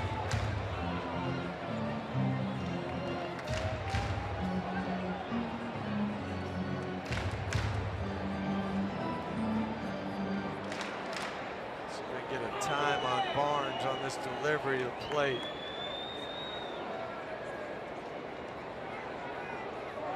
Charlie takes off, throw to second, is not going to get him.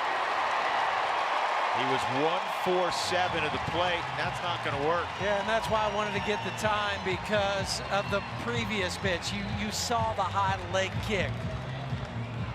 And Charlie knows this. He's a studier of pitchers, whether they're throwing or whether they're delivering the ball to the plate. Straight Steele never looks back, gets that left foot in there for his 12th stolen base of the year. It becomes a math equation. Tony Diaz, after the first pitch, walked right over to him and he whispered in his ear, and he gave him the time.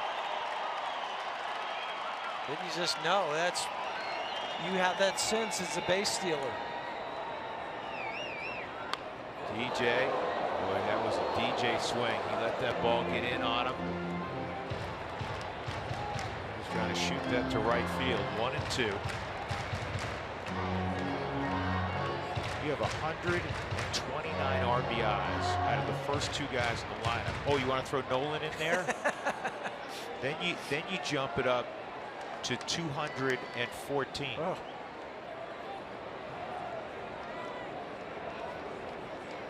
Excuse me, 234. This ball toward left center field. There's nobody out there. Charlie sees it. He's around third. He's coming home. We got a tie game. DJ LeMahieu. Here come the Rockies. Now think about that stolen base. Huge, huge stolen base by Charlie. And then DJ coming through with 2 strikes. And I know this ball sat up there for a little bit, and that's why Charlie waited. He waited off the end of the bat. This will be the 11th time this year that DJ's had 3 hits in a ball game. All tied up.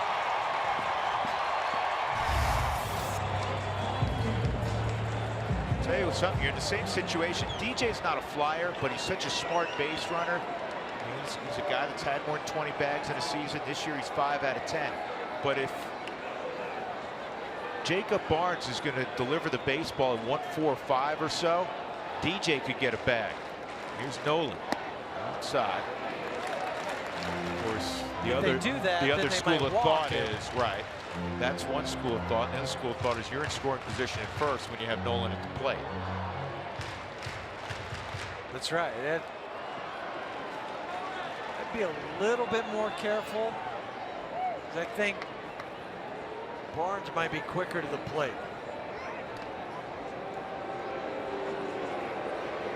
And this also changes the way Bud's thinking bullpen wise, because prior to this inning starting he had Tyler Chatwood up, and now he has Pat Neshek up.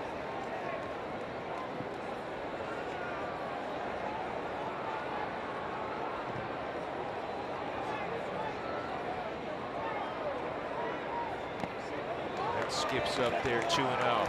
This is where Coors Field can grip you, man. Oh, yes, it can. All of a sudden, you have the great Nolan Arenado at the plate in a hitter's paradise. You've already given up a run. Now you're 2-0. You start nibbling. On deck circle shows a guy who's hitting just under 350 in Para.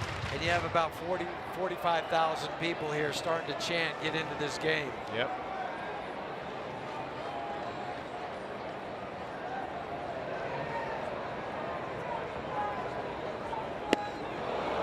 Two and one.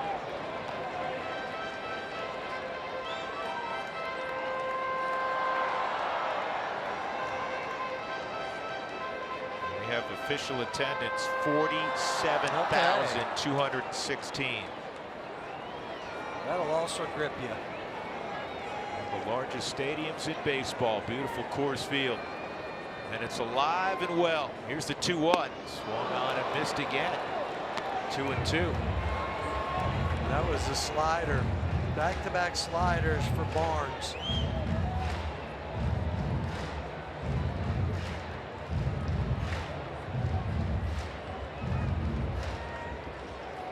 If they go a slider a third time, he might overthrow it. So DJ, be aware at first base. Look to take the extra base on a ball in the dirt.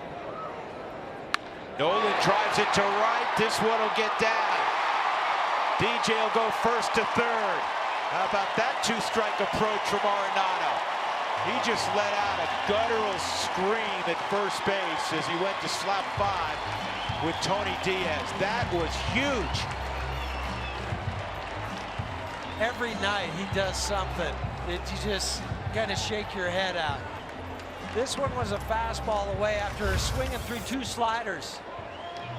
I mean, it's a very controlled swing.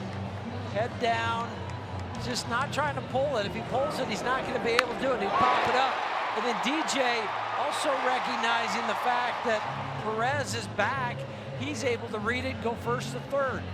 And now this is what this offense is doing for Chad Bettis.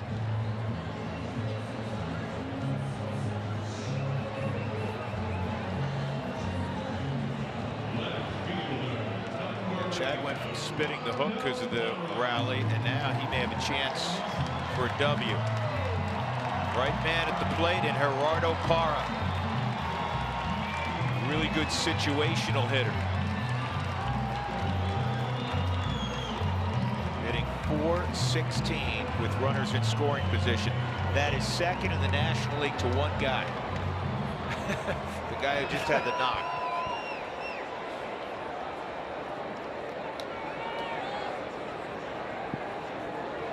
Good players on that list.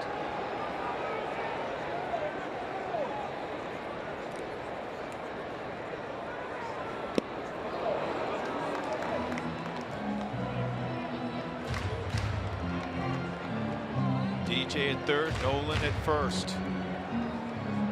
Major league average with runners in scoring position, 260. These guys are over 400.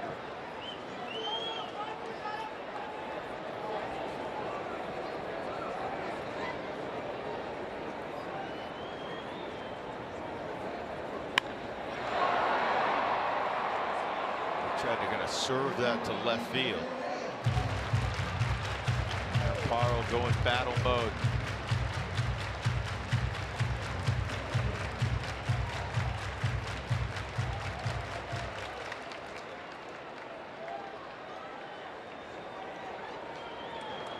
Gerardo 1 for 3, singled and scored in the fourth.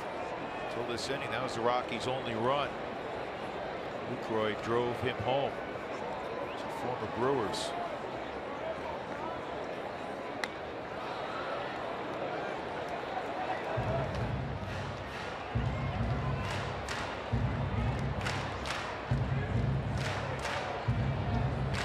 Get used to this, folks. It's fun, isn't it? It's a lot of fun, and it's the kind of baseball that takes you back to 07, 09, 2010 for most of September.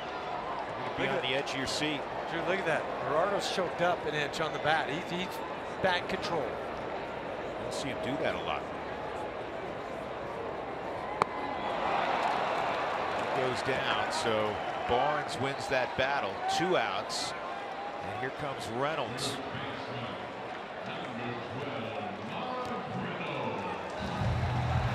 Talk about the danger of this lineup. And, you know, if one guy doesn't come through, the next guy's just as dangerous.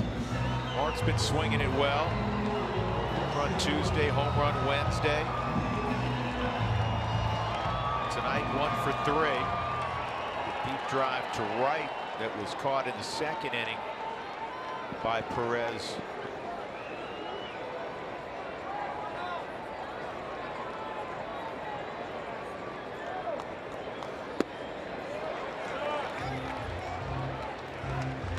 On Mark Reynolds. Mark 347 average. So many gaudy numbers when it comes to Rockies players hitting with runners in scoring position. Collectively, they're #1 in baseball. Need one right here.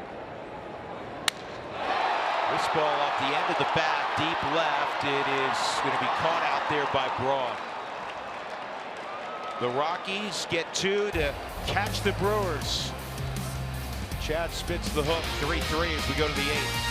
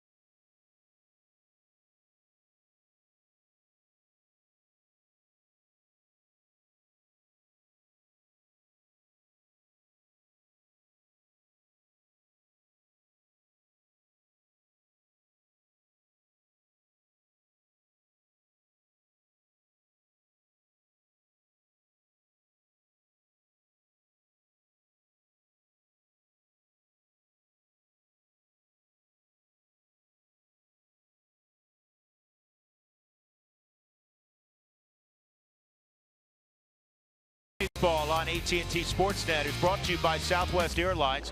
Say yes to low fares with nothing to hide. That's transparency. By Jack in the Box. Come try the new Smoky Jack Burger or chicken sandwich for a limited time only. And by Wells Fargo. Wells Fargo customers get your 2-for-1 Rockies club level tickets by visiting wellsfargo.com/Rockies. Interesting night at Coors Field. The Brewers had a 3-0 lead. Then it was 3-1. We were locked in at 3-1 till a few minutes ago, and the Rockies got a couple of runs to tie it. And now they'll hand it to Pat Neshek in the top of the 8th. They'll have Ryan Braun, Travis Shaw, and Hernan Perez.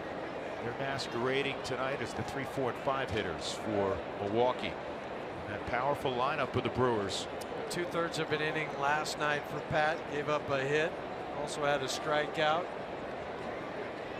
One of the strikeouts was Keon Broxton, and now he's going to be starting with Ryan Braun.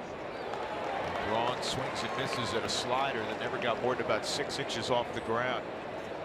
That is the pitch in this, at least the first game and a half against Ryan Braun, that he doesn't seem to be picking up. Is anything with the spin or wrinkle? Yeah, Marquez struck him out twice last night with curveballs that bounced in front of the plate. Check him on looked that like one. he went there. Close, 1-1.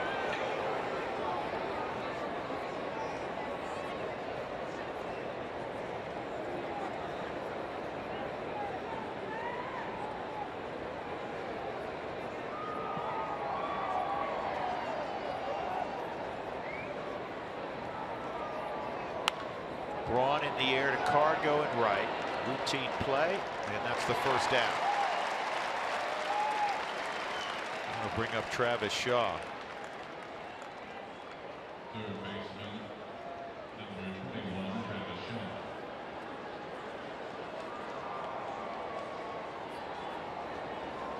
Anthony Swarzak is throwing right now for Milwaukee. And if that name rings familiar, it should, because the Rockies saw him just a few weeks ago when the Rockies were taking on the Chicago White Sox. He's since obviously been traded. It's at the bottom of the zone, strike 1 on Shaw.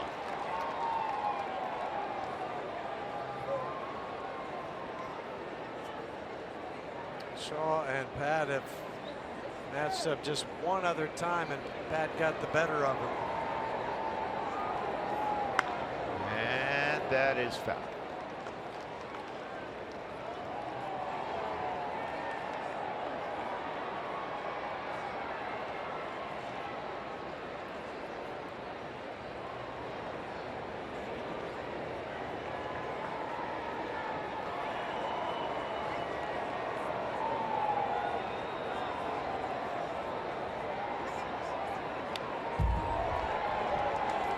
Reach back at 92 there. It's an odd angle. Real odd. Especially when he keeps it down. That's the key for Pat. He didn't like that baseball. Give me a new one. Shaw homered back in the 3rd. Robbed of a base hit by the short fielder DJ LeMahieu in the 5th. DJ made 2 terrific plays that inning. And he got him out on the front side. Blackman in center field.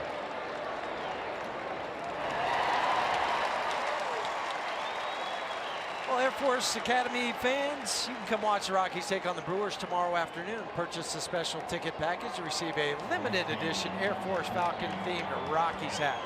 We had Tom Berman. It's UW night tonight, your alma mater.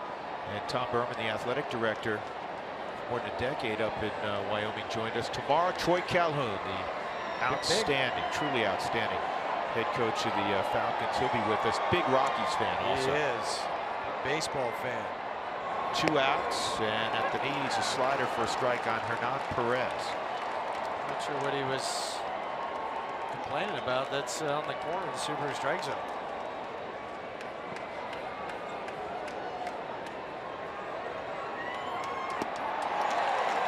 Good stuff. 0-2. Rockies in the bottom of the 8th will have Cargo, Lucroy, and Story.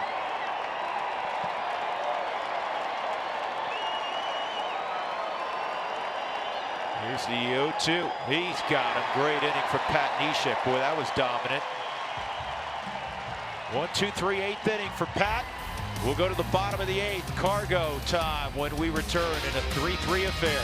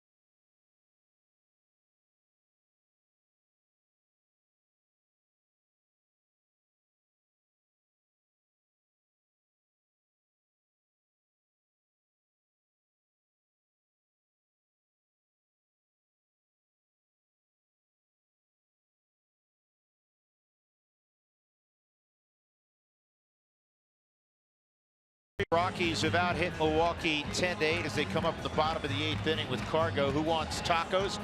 Fans, follow us at AT Sportsnet RM on Twitter to receive alerts for the Rockies taco special when the Rockies do exceed the 7-run mark as they did last night.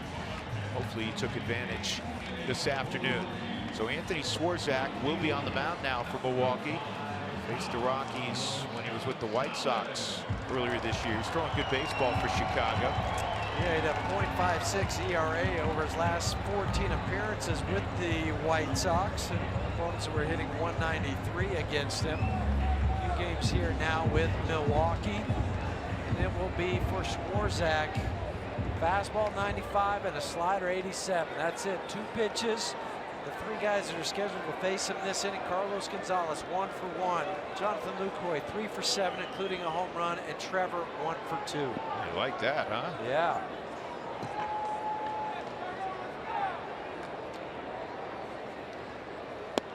Cargo takes a strike. Cargo a sharp single against Hader to left field behind in the count. He's been on base twice today. 1 for 2 and a walk. A deep drive to right, so that was caught. 1-1.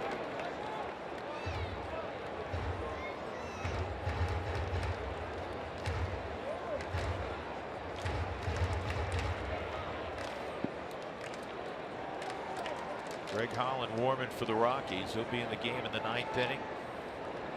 Hopefully with the Rockies ahead, but either way, this ball on the ground to first. 1 out.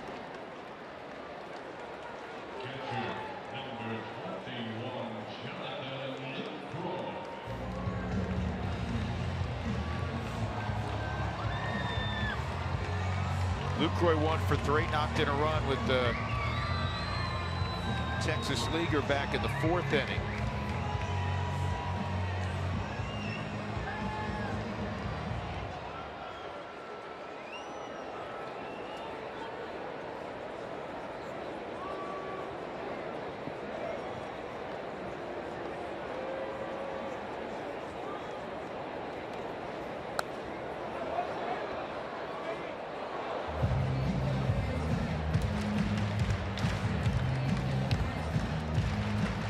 Firing at that first one. He doesn't do that very often. It's about 13% of the time does he swing at the first pitch. Ambush that fastball. Hits one to left center. He's going to run for a long time. Broxton over in right center. 2 strikes on Lucroy.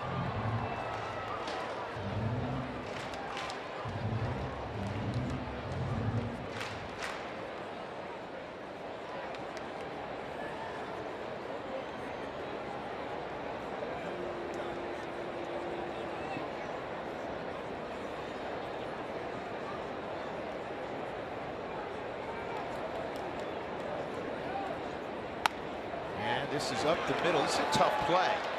And that's a well done play by Neil Walker. That's similar to what we saw DJ do earlier in the ball game. DJ did it on the forehand. Walker did it on the backhand. 2 outs. This is split the middle of the field right past Swarzak. And then comes across the bag to Neil Walker. And act like a shortstop trying to throw across all the way across the diamond, and he made a nice strong throw. 2 outs, nobody on. Trevor Story. He got that rally going in the 7th with a sharp double down the third base line. Rockies would get 2 to even this ball game. Had a chance to take the lead. 1st and 3rd, 1 out. Gerardo Parra, who's been outstanding, ended up striking out against Jacob Barnes, and Reynolds hit a fly ball to the warning track and left. 3-3, bottom of the 8th. Mike Tauchman, if Story reaches, will pinch hit for Pat Neshek.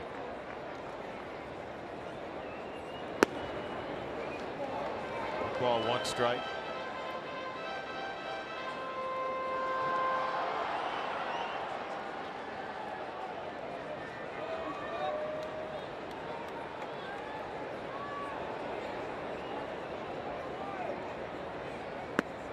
Two and 1.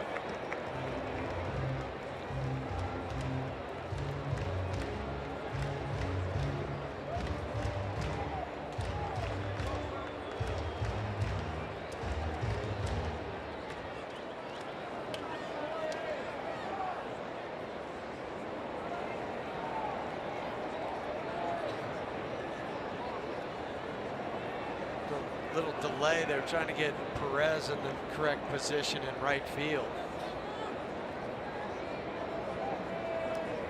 So they have him where they want him now.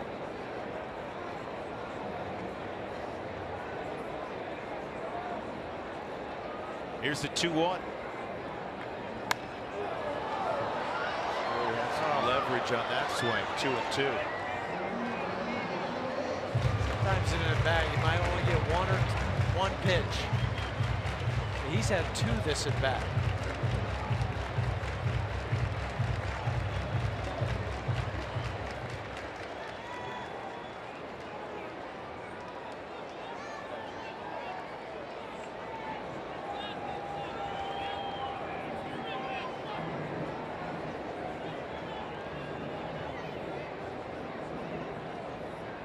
Two.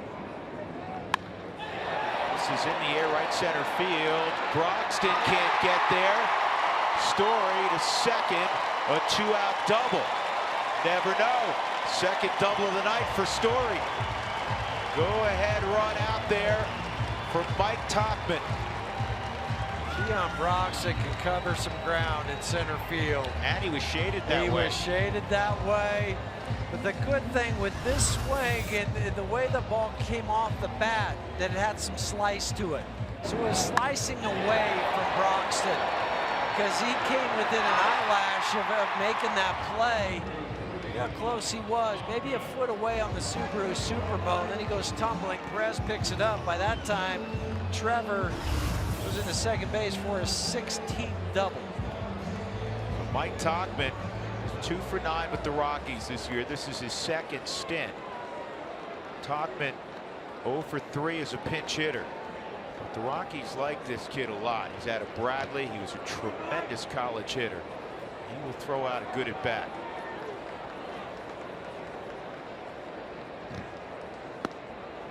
Takes a strike. Pinch hit last night, ended up walking. He's hitting .332 with Albuquerque this year. And he's hitting the long ball, something that, he's a big, strong guy, but it kind of hadn't been part of his game until this year. He's got 16 home runs, 28 doubles. He's behind 0-2. Driven at 77 for the Topes. His .332 average, 4th best in the Pacific Coast League.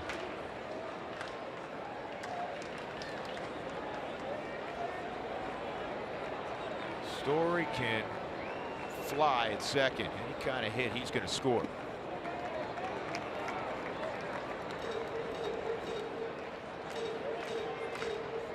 Any kind of hit beyond the infield.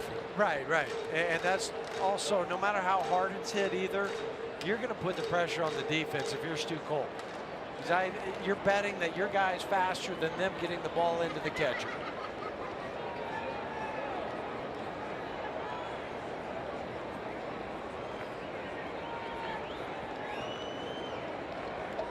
One and two on Mike Tauchman.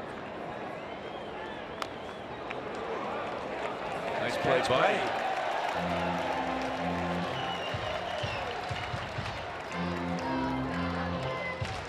That's his spot. If you hit it there, buddy's going to make the play.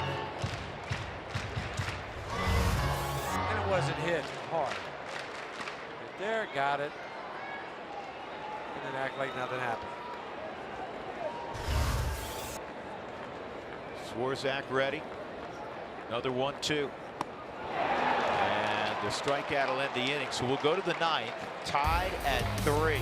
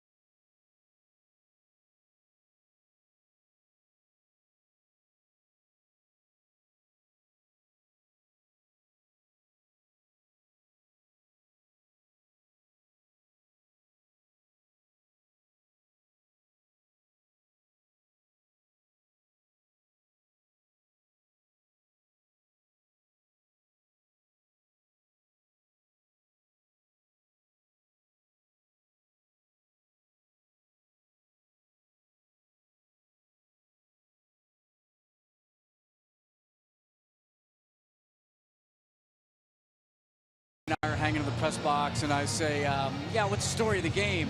That Woodruff kid, the rookie, you know, and you can only get 1 run. Bettis pitched well, and Corey goes to me, you know, they still may get some runs. They're into the bullpen. And what happened? The game is tied, 3-3. And here's the thing: we talk about opportunities. This is a real opportunity now. I've always said there's times you can win and lose when the team's chasing you lose. Yeah. Well, guess what? Now you got an opportunity to put all 3 teams a game back if you can win the game. Be a big one, and the 9th inning is going to be obviously critical as we go back to Drew and Jeff. Mark, thank you very much. 9th inning, Greg Holland, who was in the ball game yesterday. The Rockies won at 8-4. Was not a save situation. Greg got the final 3 outs, and now try to get the Rockies to the bottom of the 9th. That inning last night had 2 strikeouts. Also walked the guy 18 pitches, though. That was it. Because it started off early last night where he wasn't commanding anything. He had a 4-pitch walk, then he threw 2 balls to the next hitter, and then he got back on track. Yeah, he did have that sequence where there was 6 straight out of the strike zone. Here's Vogt. 1 for 2, a double and a sack.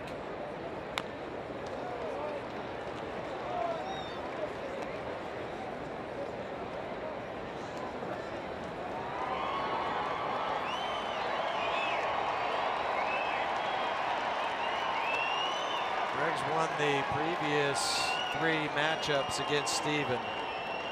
Make it 4.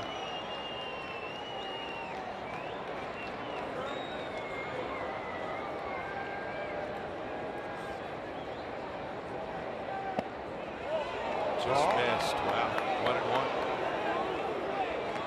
1-1. Good spot.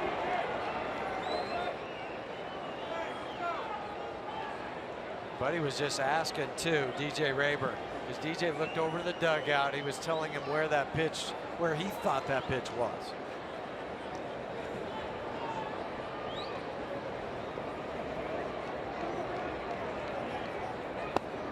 One and two.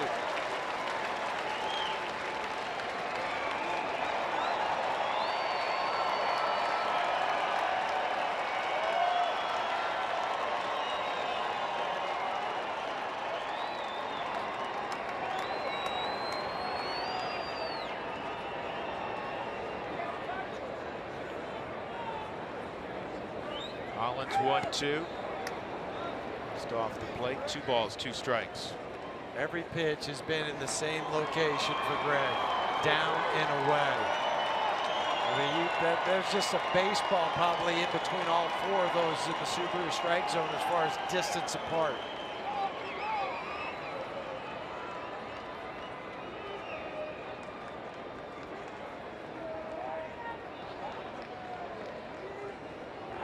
Got him in the dirt.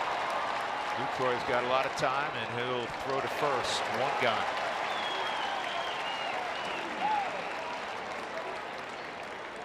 That'll bring up Keon Broxton. Greg has done this a number of times this year, getting the strikeout on a pitch that appears to be a strikeout of the hand and then ends up in the dirt. Guys flail at it.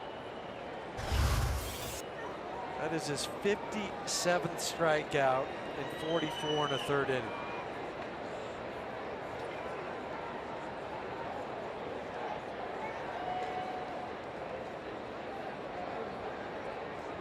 Dangerous man in Broxton. Free swinger. And he gets locked up. It's 0-1.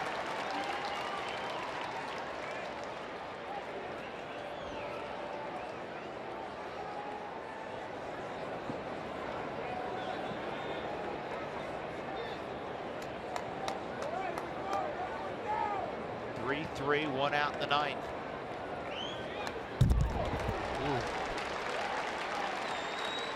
Pretty good pass by Broxton on that fastball. Fouled it straight back. Now you have to set up. Set up for that slider splitter. It'll also be up to Jonathan to block it. Just like he did that last strikeout to Voigt.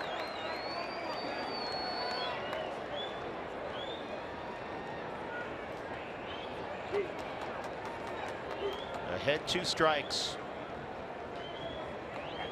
They come in and he hits him.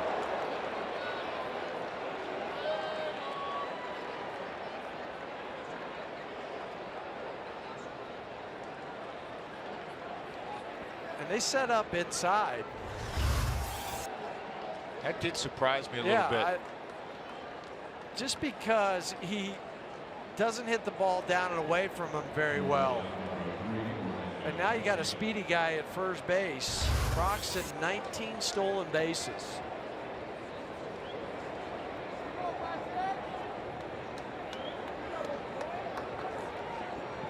Arce is 0 for 3. Fly ball, strikeout, and a comebacker. That was all against Chad Bettis. Bettis again, 7 innings, 3 runs. 8 hits. He struck out 6, walked 1.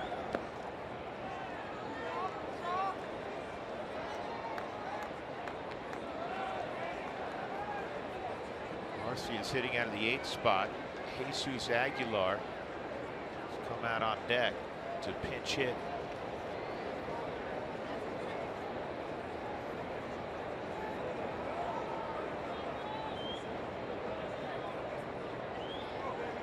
Rockies infield set for 2 up the middle, and that's down low. 2-0.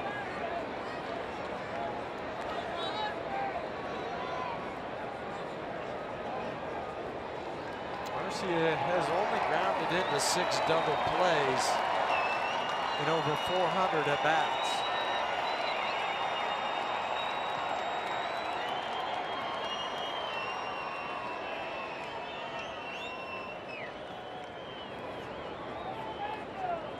Broxton a big lead, not going, and this is slowly hit. Only one play, that's to first. 2 gone. Nolan really made sure he had the grip on that ball. Came in and fielded it. Took an extra 2 or 3 steps towards first before he threw it over there.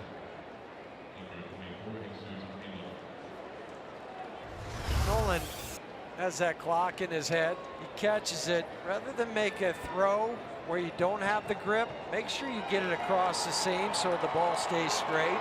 You still throw him out by 2 or 3 steps. Hit him in the chest. So it's 2 outs. Jesus Aguilar with Broxton at second.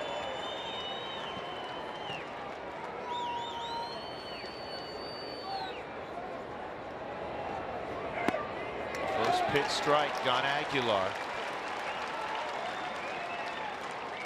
He's been good in the pinch. 13 out of 45 with a couple of home runs. Overall, he's got 11 home runs. He just fits right in. One of those big, strong sluggers that the Brewers have a lot of. But this is his first look at Greg. They've never matched up before. They've never gone head to head. So he hadn't seen that slider. He's also a guy that punches out a lot, about 35% of the time. Broxton bounces off second. Here's the 0-1, and it's a ball 1-1. He can bounce off a second all he wants, but that's distracting to the hitter.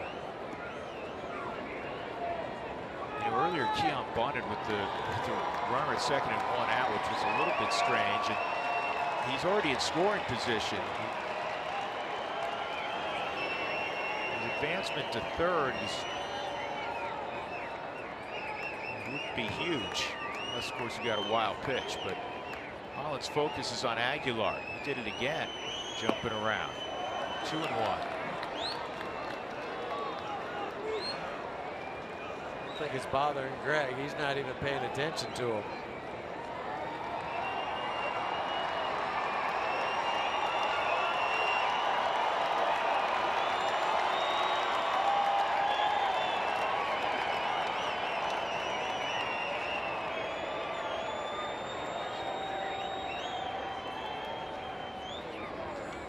Two balls and a strike. Down 2-2. Broxton is aboard. He was hit with an 0-2 pitch.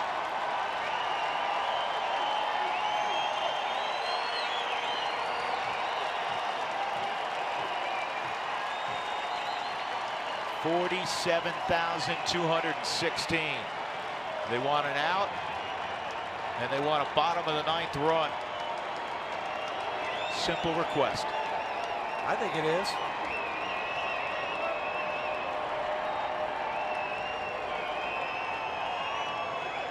Here's the 2-2. Woo, close. 3-2. Not sure how Jesus laid off that one.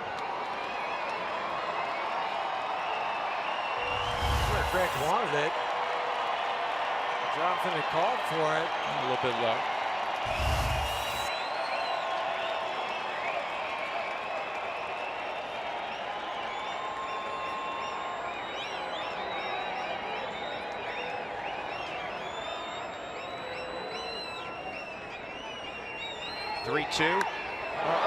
This ball's tagged in deep center field, and it's gone. 2-run pinch hit home run, Jesus Aguilar.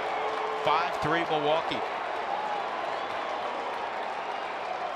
He got extended on a slider and hit it a mile. Third pitch hit this year for Jesus. It all comes back to hitting Broxton on the 0-2 pitch. There's this slider. Oh, that's a hanger. And immediately he knew he hit it out. We knew it. And so did Greg.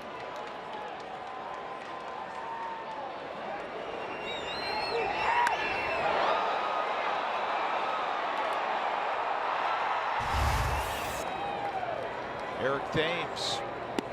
It's down low.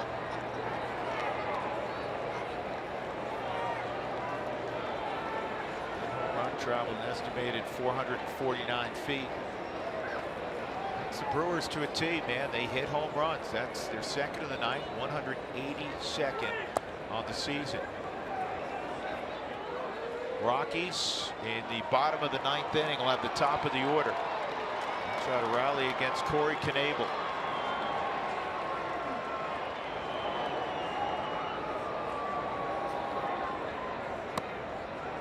And that's a ball. It's 3-0. This guy's been so good, almost perfect in the first half, and well into the second half. He's had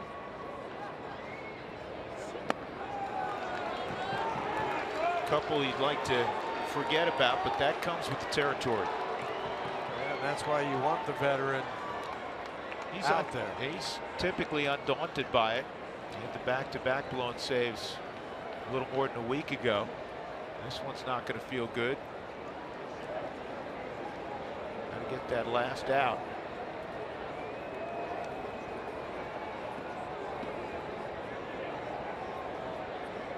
Scott Oberg, he's going to have to get loose in a hurry, because either way, this is the last hitter for Greg. Either you're out of the inning, something happens. You want Greg to throw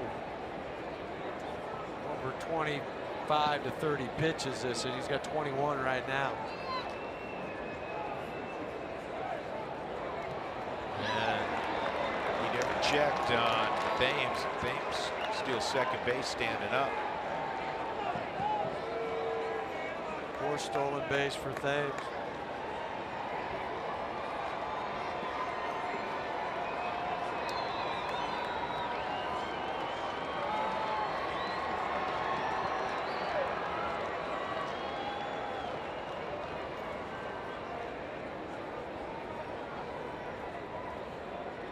Here's the 1-0 to Walker. And as we saw last night, now that's 6 straight out of the zone.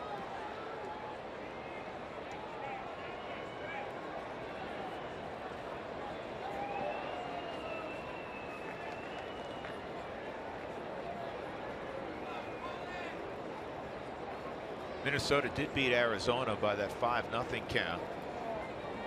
Yeah, everybody behind you had lost tonight. I mean, you had Arizona, you had St. Louis lost. So you're trying to distance yourself. It's not over yet, but you had a chance to further that lead that you had. Offensive count. That's a strike, 2-1. This will, in all likelihood, eliminate Greg Holland from participation tomorrow. 17 pitches last night. He's at 24 tonight.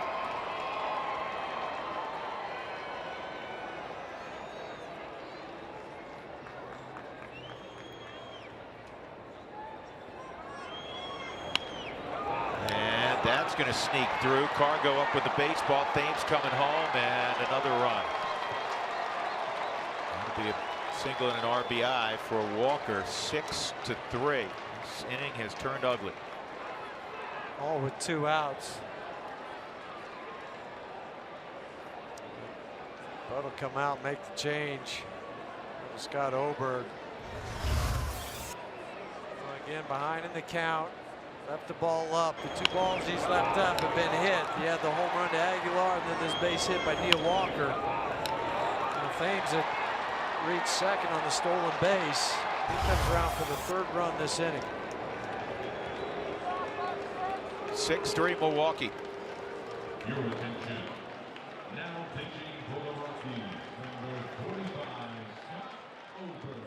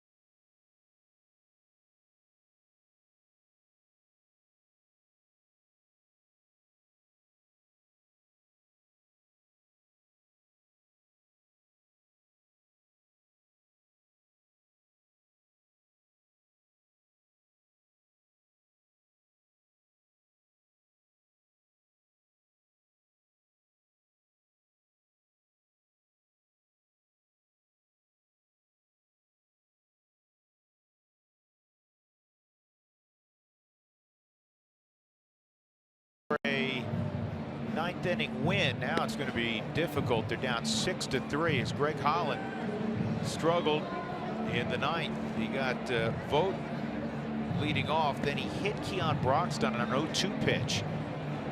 You got Orlando Arcia at a ground out. It's still not much of an issue. 2 outs. There was a runner at second. The pinch hitter was Jesus Aguilar. He worked the count to 3-2, and then he hit a 449-foot home run to center field. 2-run shot.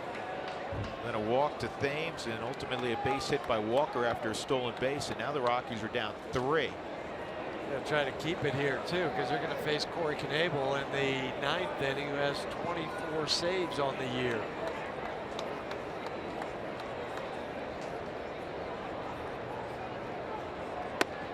Inside on Braun. Scott was optioned back on August 5th. Made 3 appearances down in AAA. Was 1-0 with the 2.08 ERA, 4 1/3, 1 earned run for the Isotopes.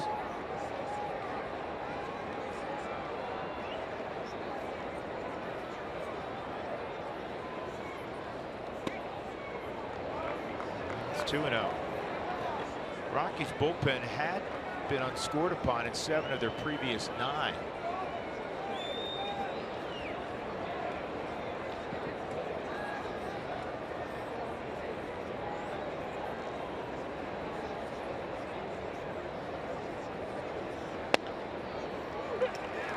Two balls and a strike.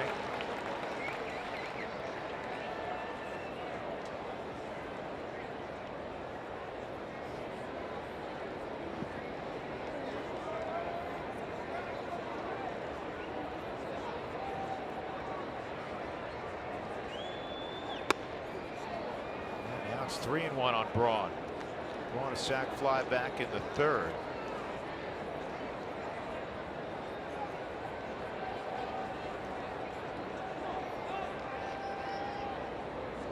Rockies in that pattern we were discussing earlier, where they win 1, lose 1, win a couple, and give a couple back. 20-20 over their last 40. Well, this one was set up like you wanted to if you're Bud. Yeah, you really like the complexion of the game. But Chad gave you 7. Yeah, Chad gave you what turned out to be a really fine outing. 4 scoreless after the 3-run 3rd against Bettis. 3-2, and he was hit by that pitch. So now there's 2 on, and Travis Shaw coming up. What's happened this inning? Looked harmless initially. Know.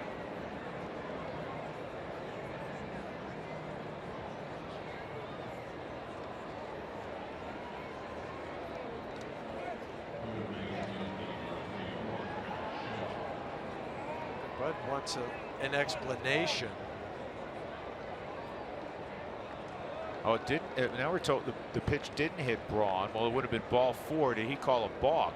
If he called a balk, then Braun should still be at the plate. And get another pitch.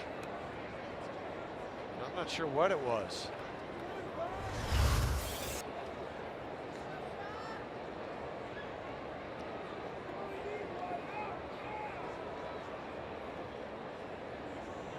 No idea what he is signaling.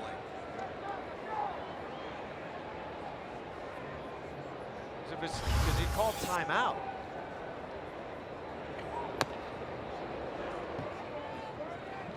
It signaled the runner to second, runner to first. Well, in any event, first and second.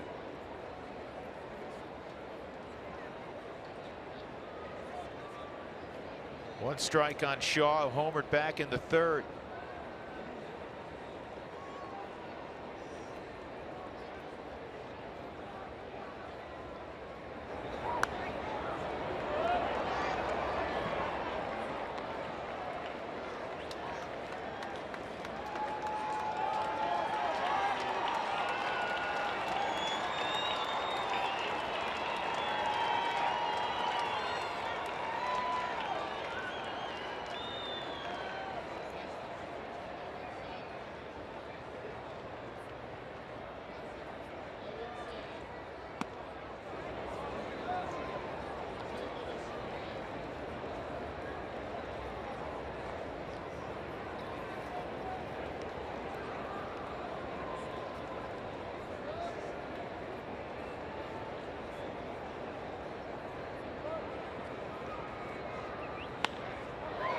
is in the air to shallow left center field and crossing over is Parra. And he makes the catch. Tough inning for Greg Holland. He gives up 3 in the 9th. Now the Rockies really have to swing it in the bottom of the 9th. It'll be the top of the order led by that man when we return.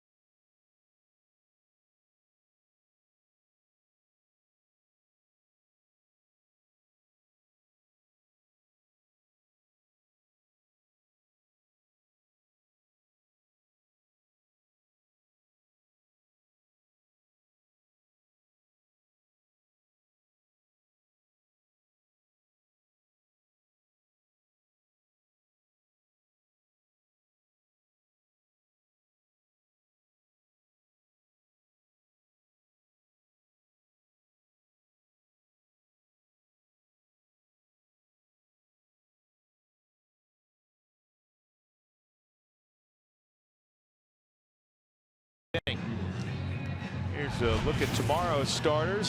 So 1 o'clock affair. Chase Anderson comes off the DL. He'll make his 17th start. He's had a good year when healthy. 2.89 ERA. Kyle Freeland, so good at Coors Field, looking for his 12th win. 24-year-old out to baseball on a Sunday afternoon as the Rockies conclude the 7-game homestand. So Corey Knebel with 24 saves is on for the Brewers. And the Rockies will have Charlie Blackmon leading things off. And he ranks first because all you need to look at is this number right there, 98 strikeouts in just 57 and a third inning. It's 15.38 strikeouts per 9 for Corey Knebel. Manny Pena is now behind the plate for Stephen Vogt.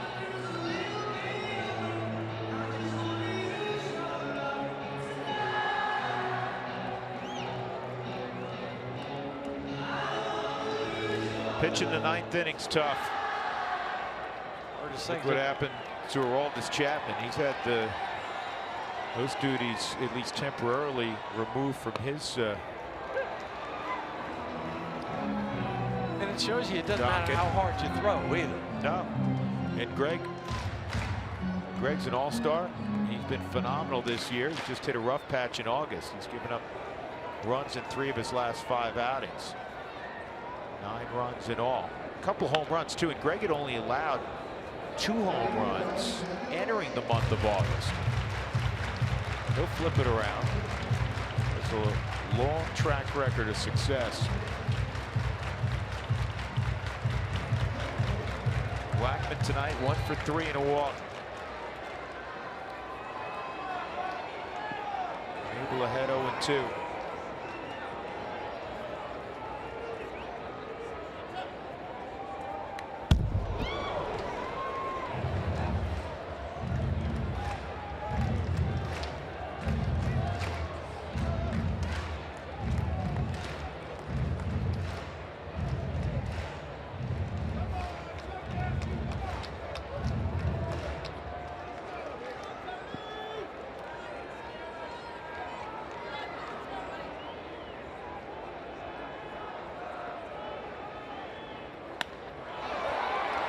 Charlie hits this ball to center. Broxton is there, 1 out.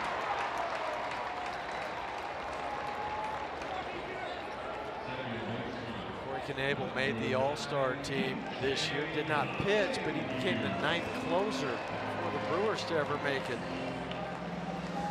But he only had 2 career saves entering this season. Both of them came last year in his first opening day roster for the Brewers.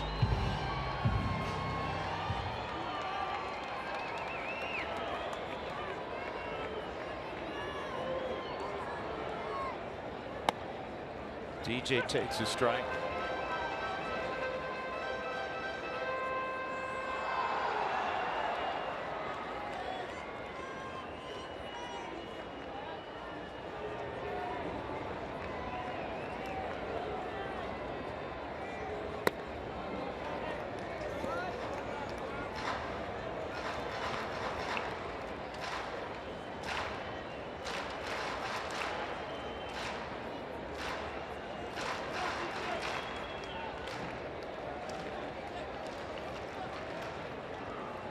One ball, one strike on LeMahieu. Nolan's on deck. 3-hit night again for DJ.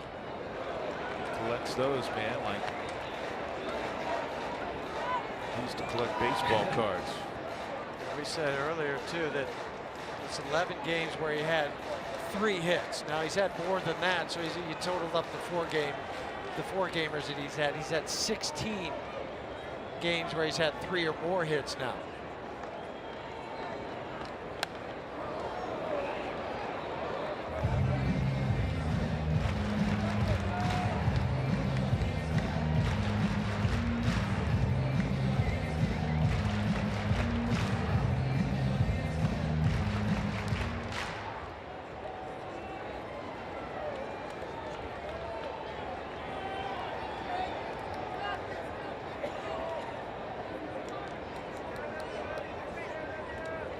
Here's the 1-2. Careful.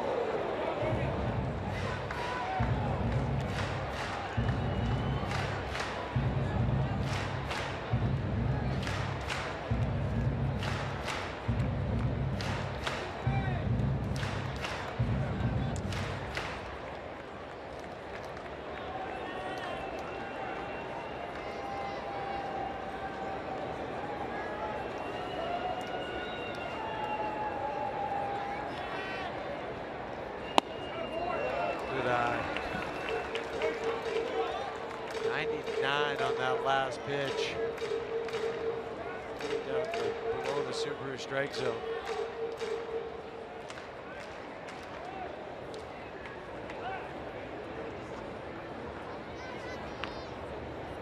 Here's the 2-2 coming up on LeMahieu. And 3-2.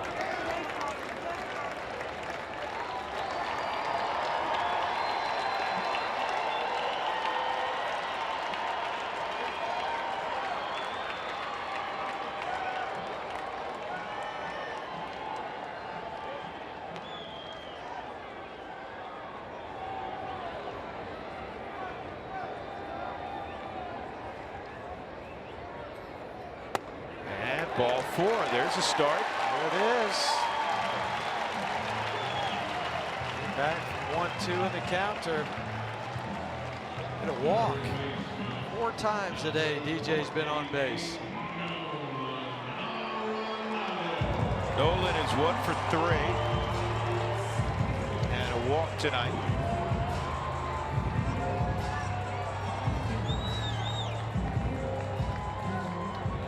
This number very often. Nolan against the pitcher, he's 0 for 3. See that changing.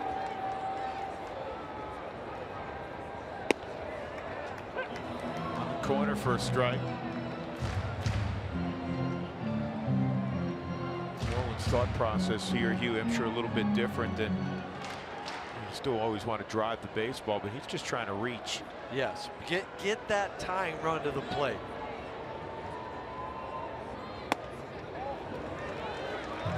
Seen him punch the ball through the right side. Whatever it takes. Yeah. I mean, he'll eyeball it too. That's all he's thinking. He's got to get that tying run.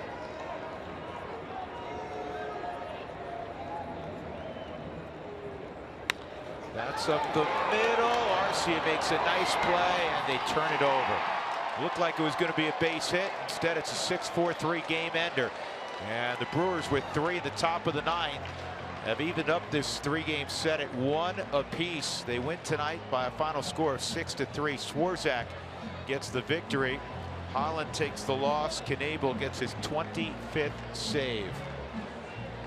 Our Jimmy John's delivery of the game came from a guy that made 1 appearance. It was as a pinch hitter with 2 outs in the 9th. Jesus Aguilar got a 3-2 slider that hung, and he hit it out of the ballpark. His 3rd pinch hit home run of the year. And the Brewers have defeated the Rockies by a final score of 6-3. As we go to center field, Mark Stott, Corey Sullivan, guys. Rockies will have a shot to win the series and win the homestand, but we'll have to wait until Sunday. We will get you set for that game and go over this 6-3 loss. The Toyota postgame show comes your way next. Stay with us.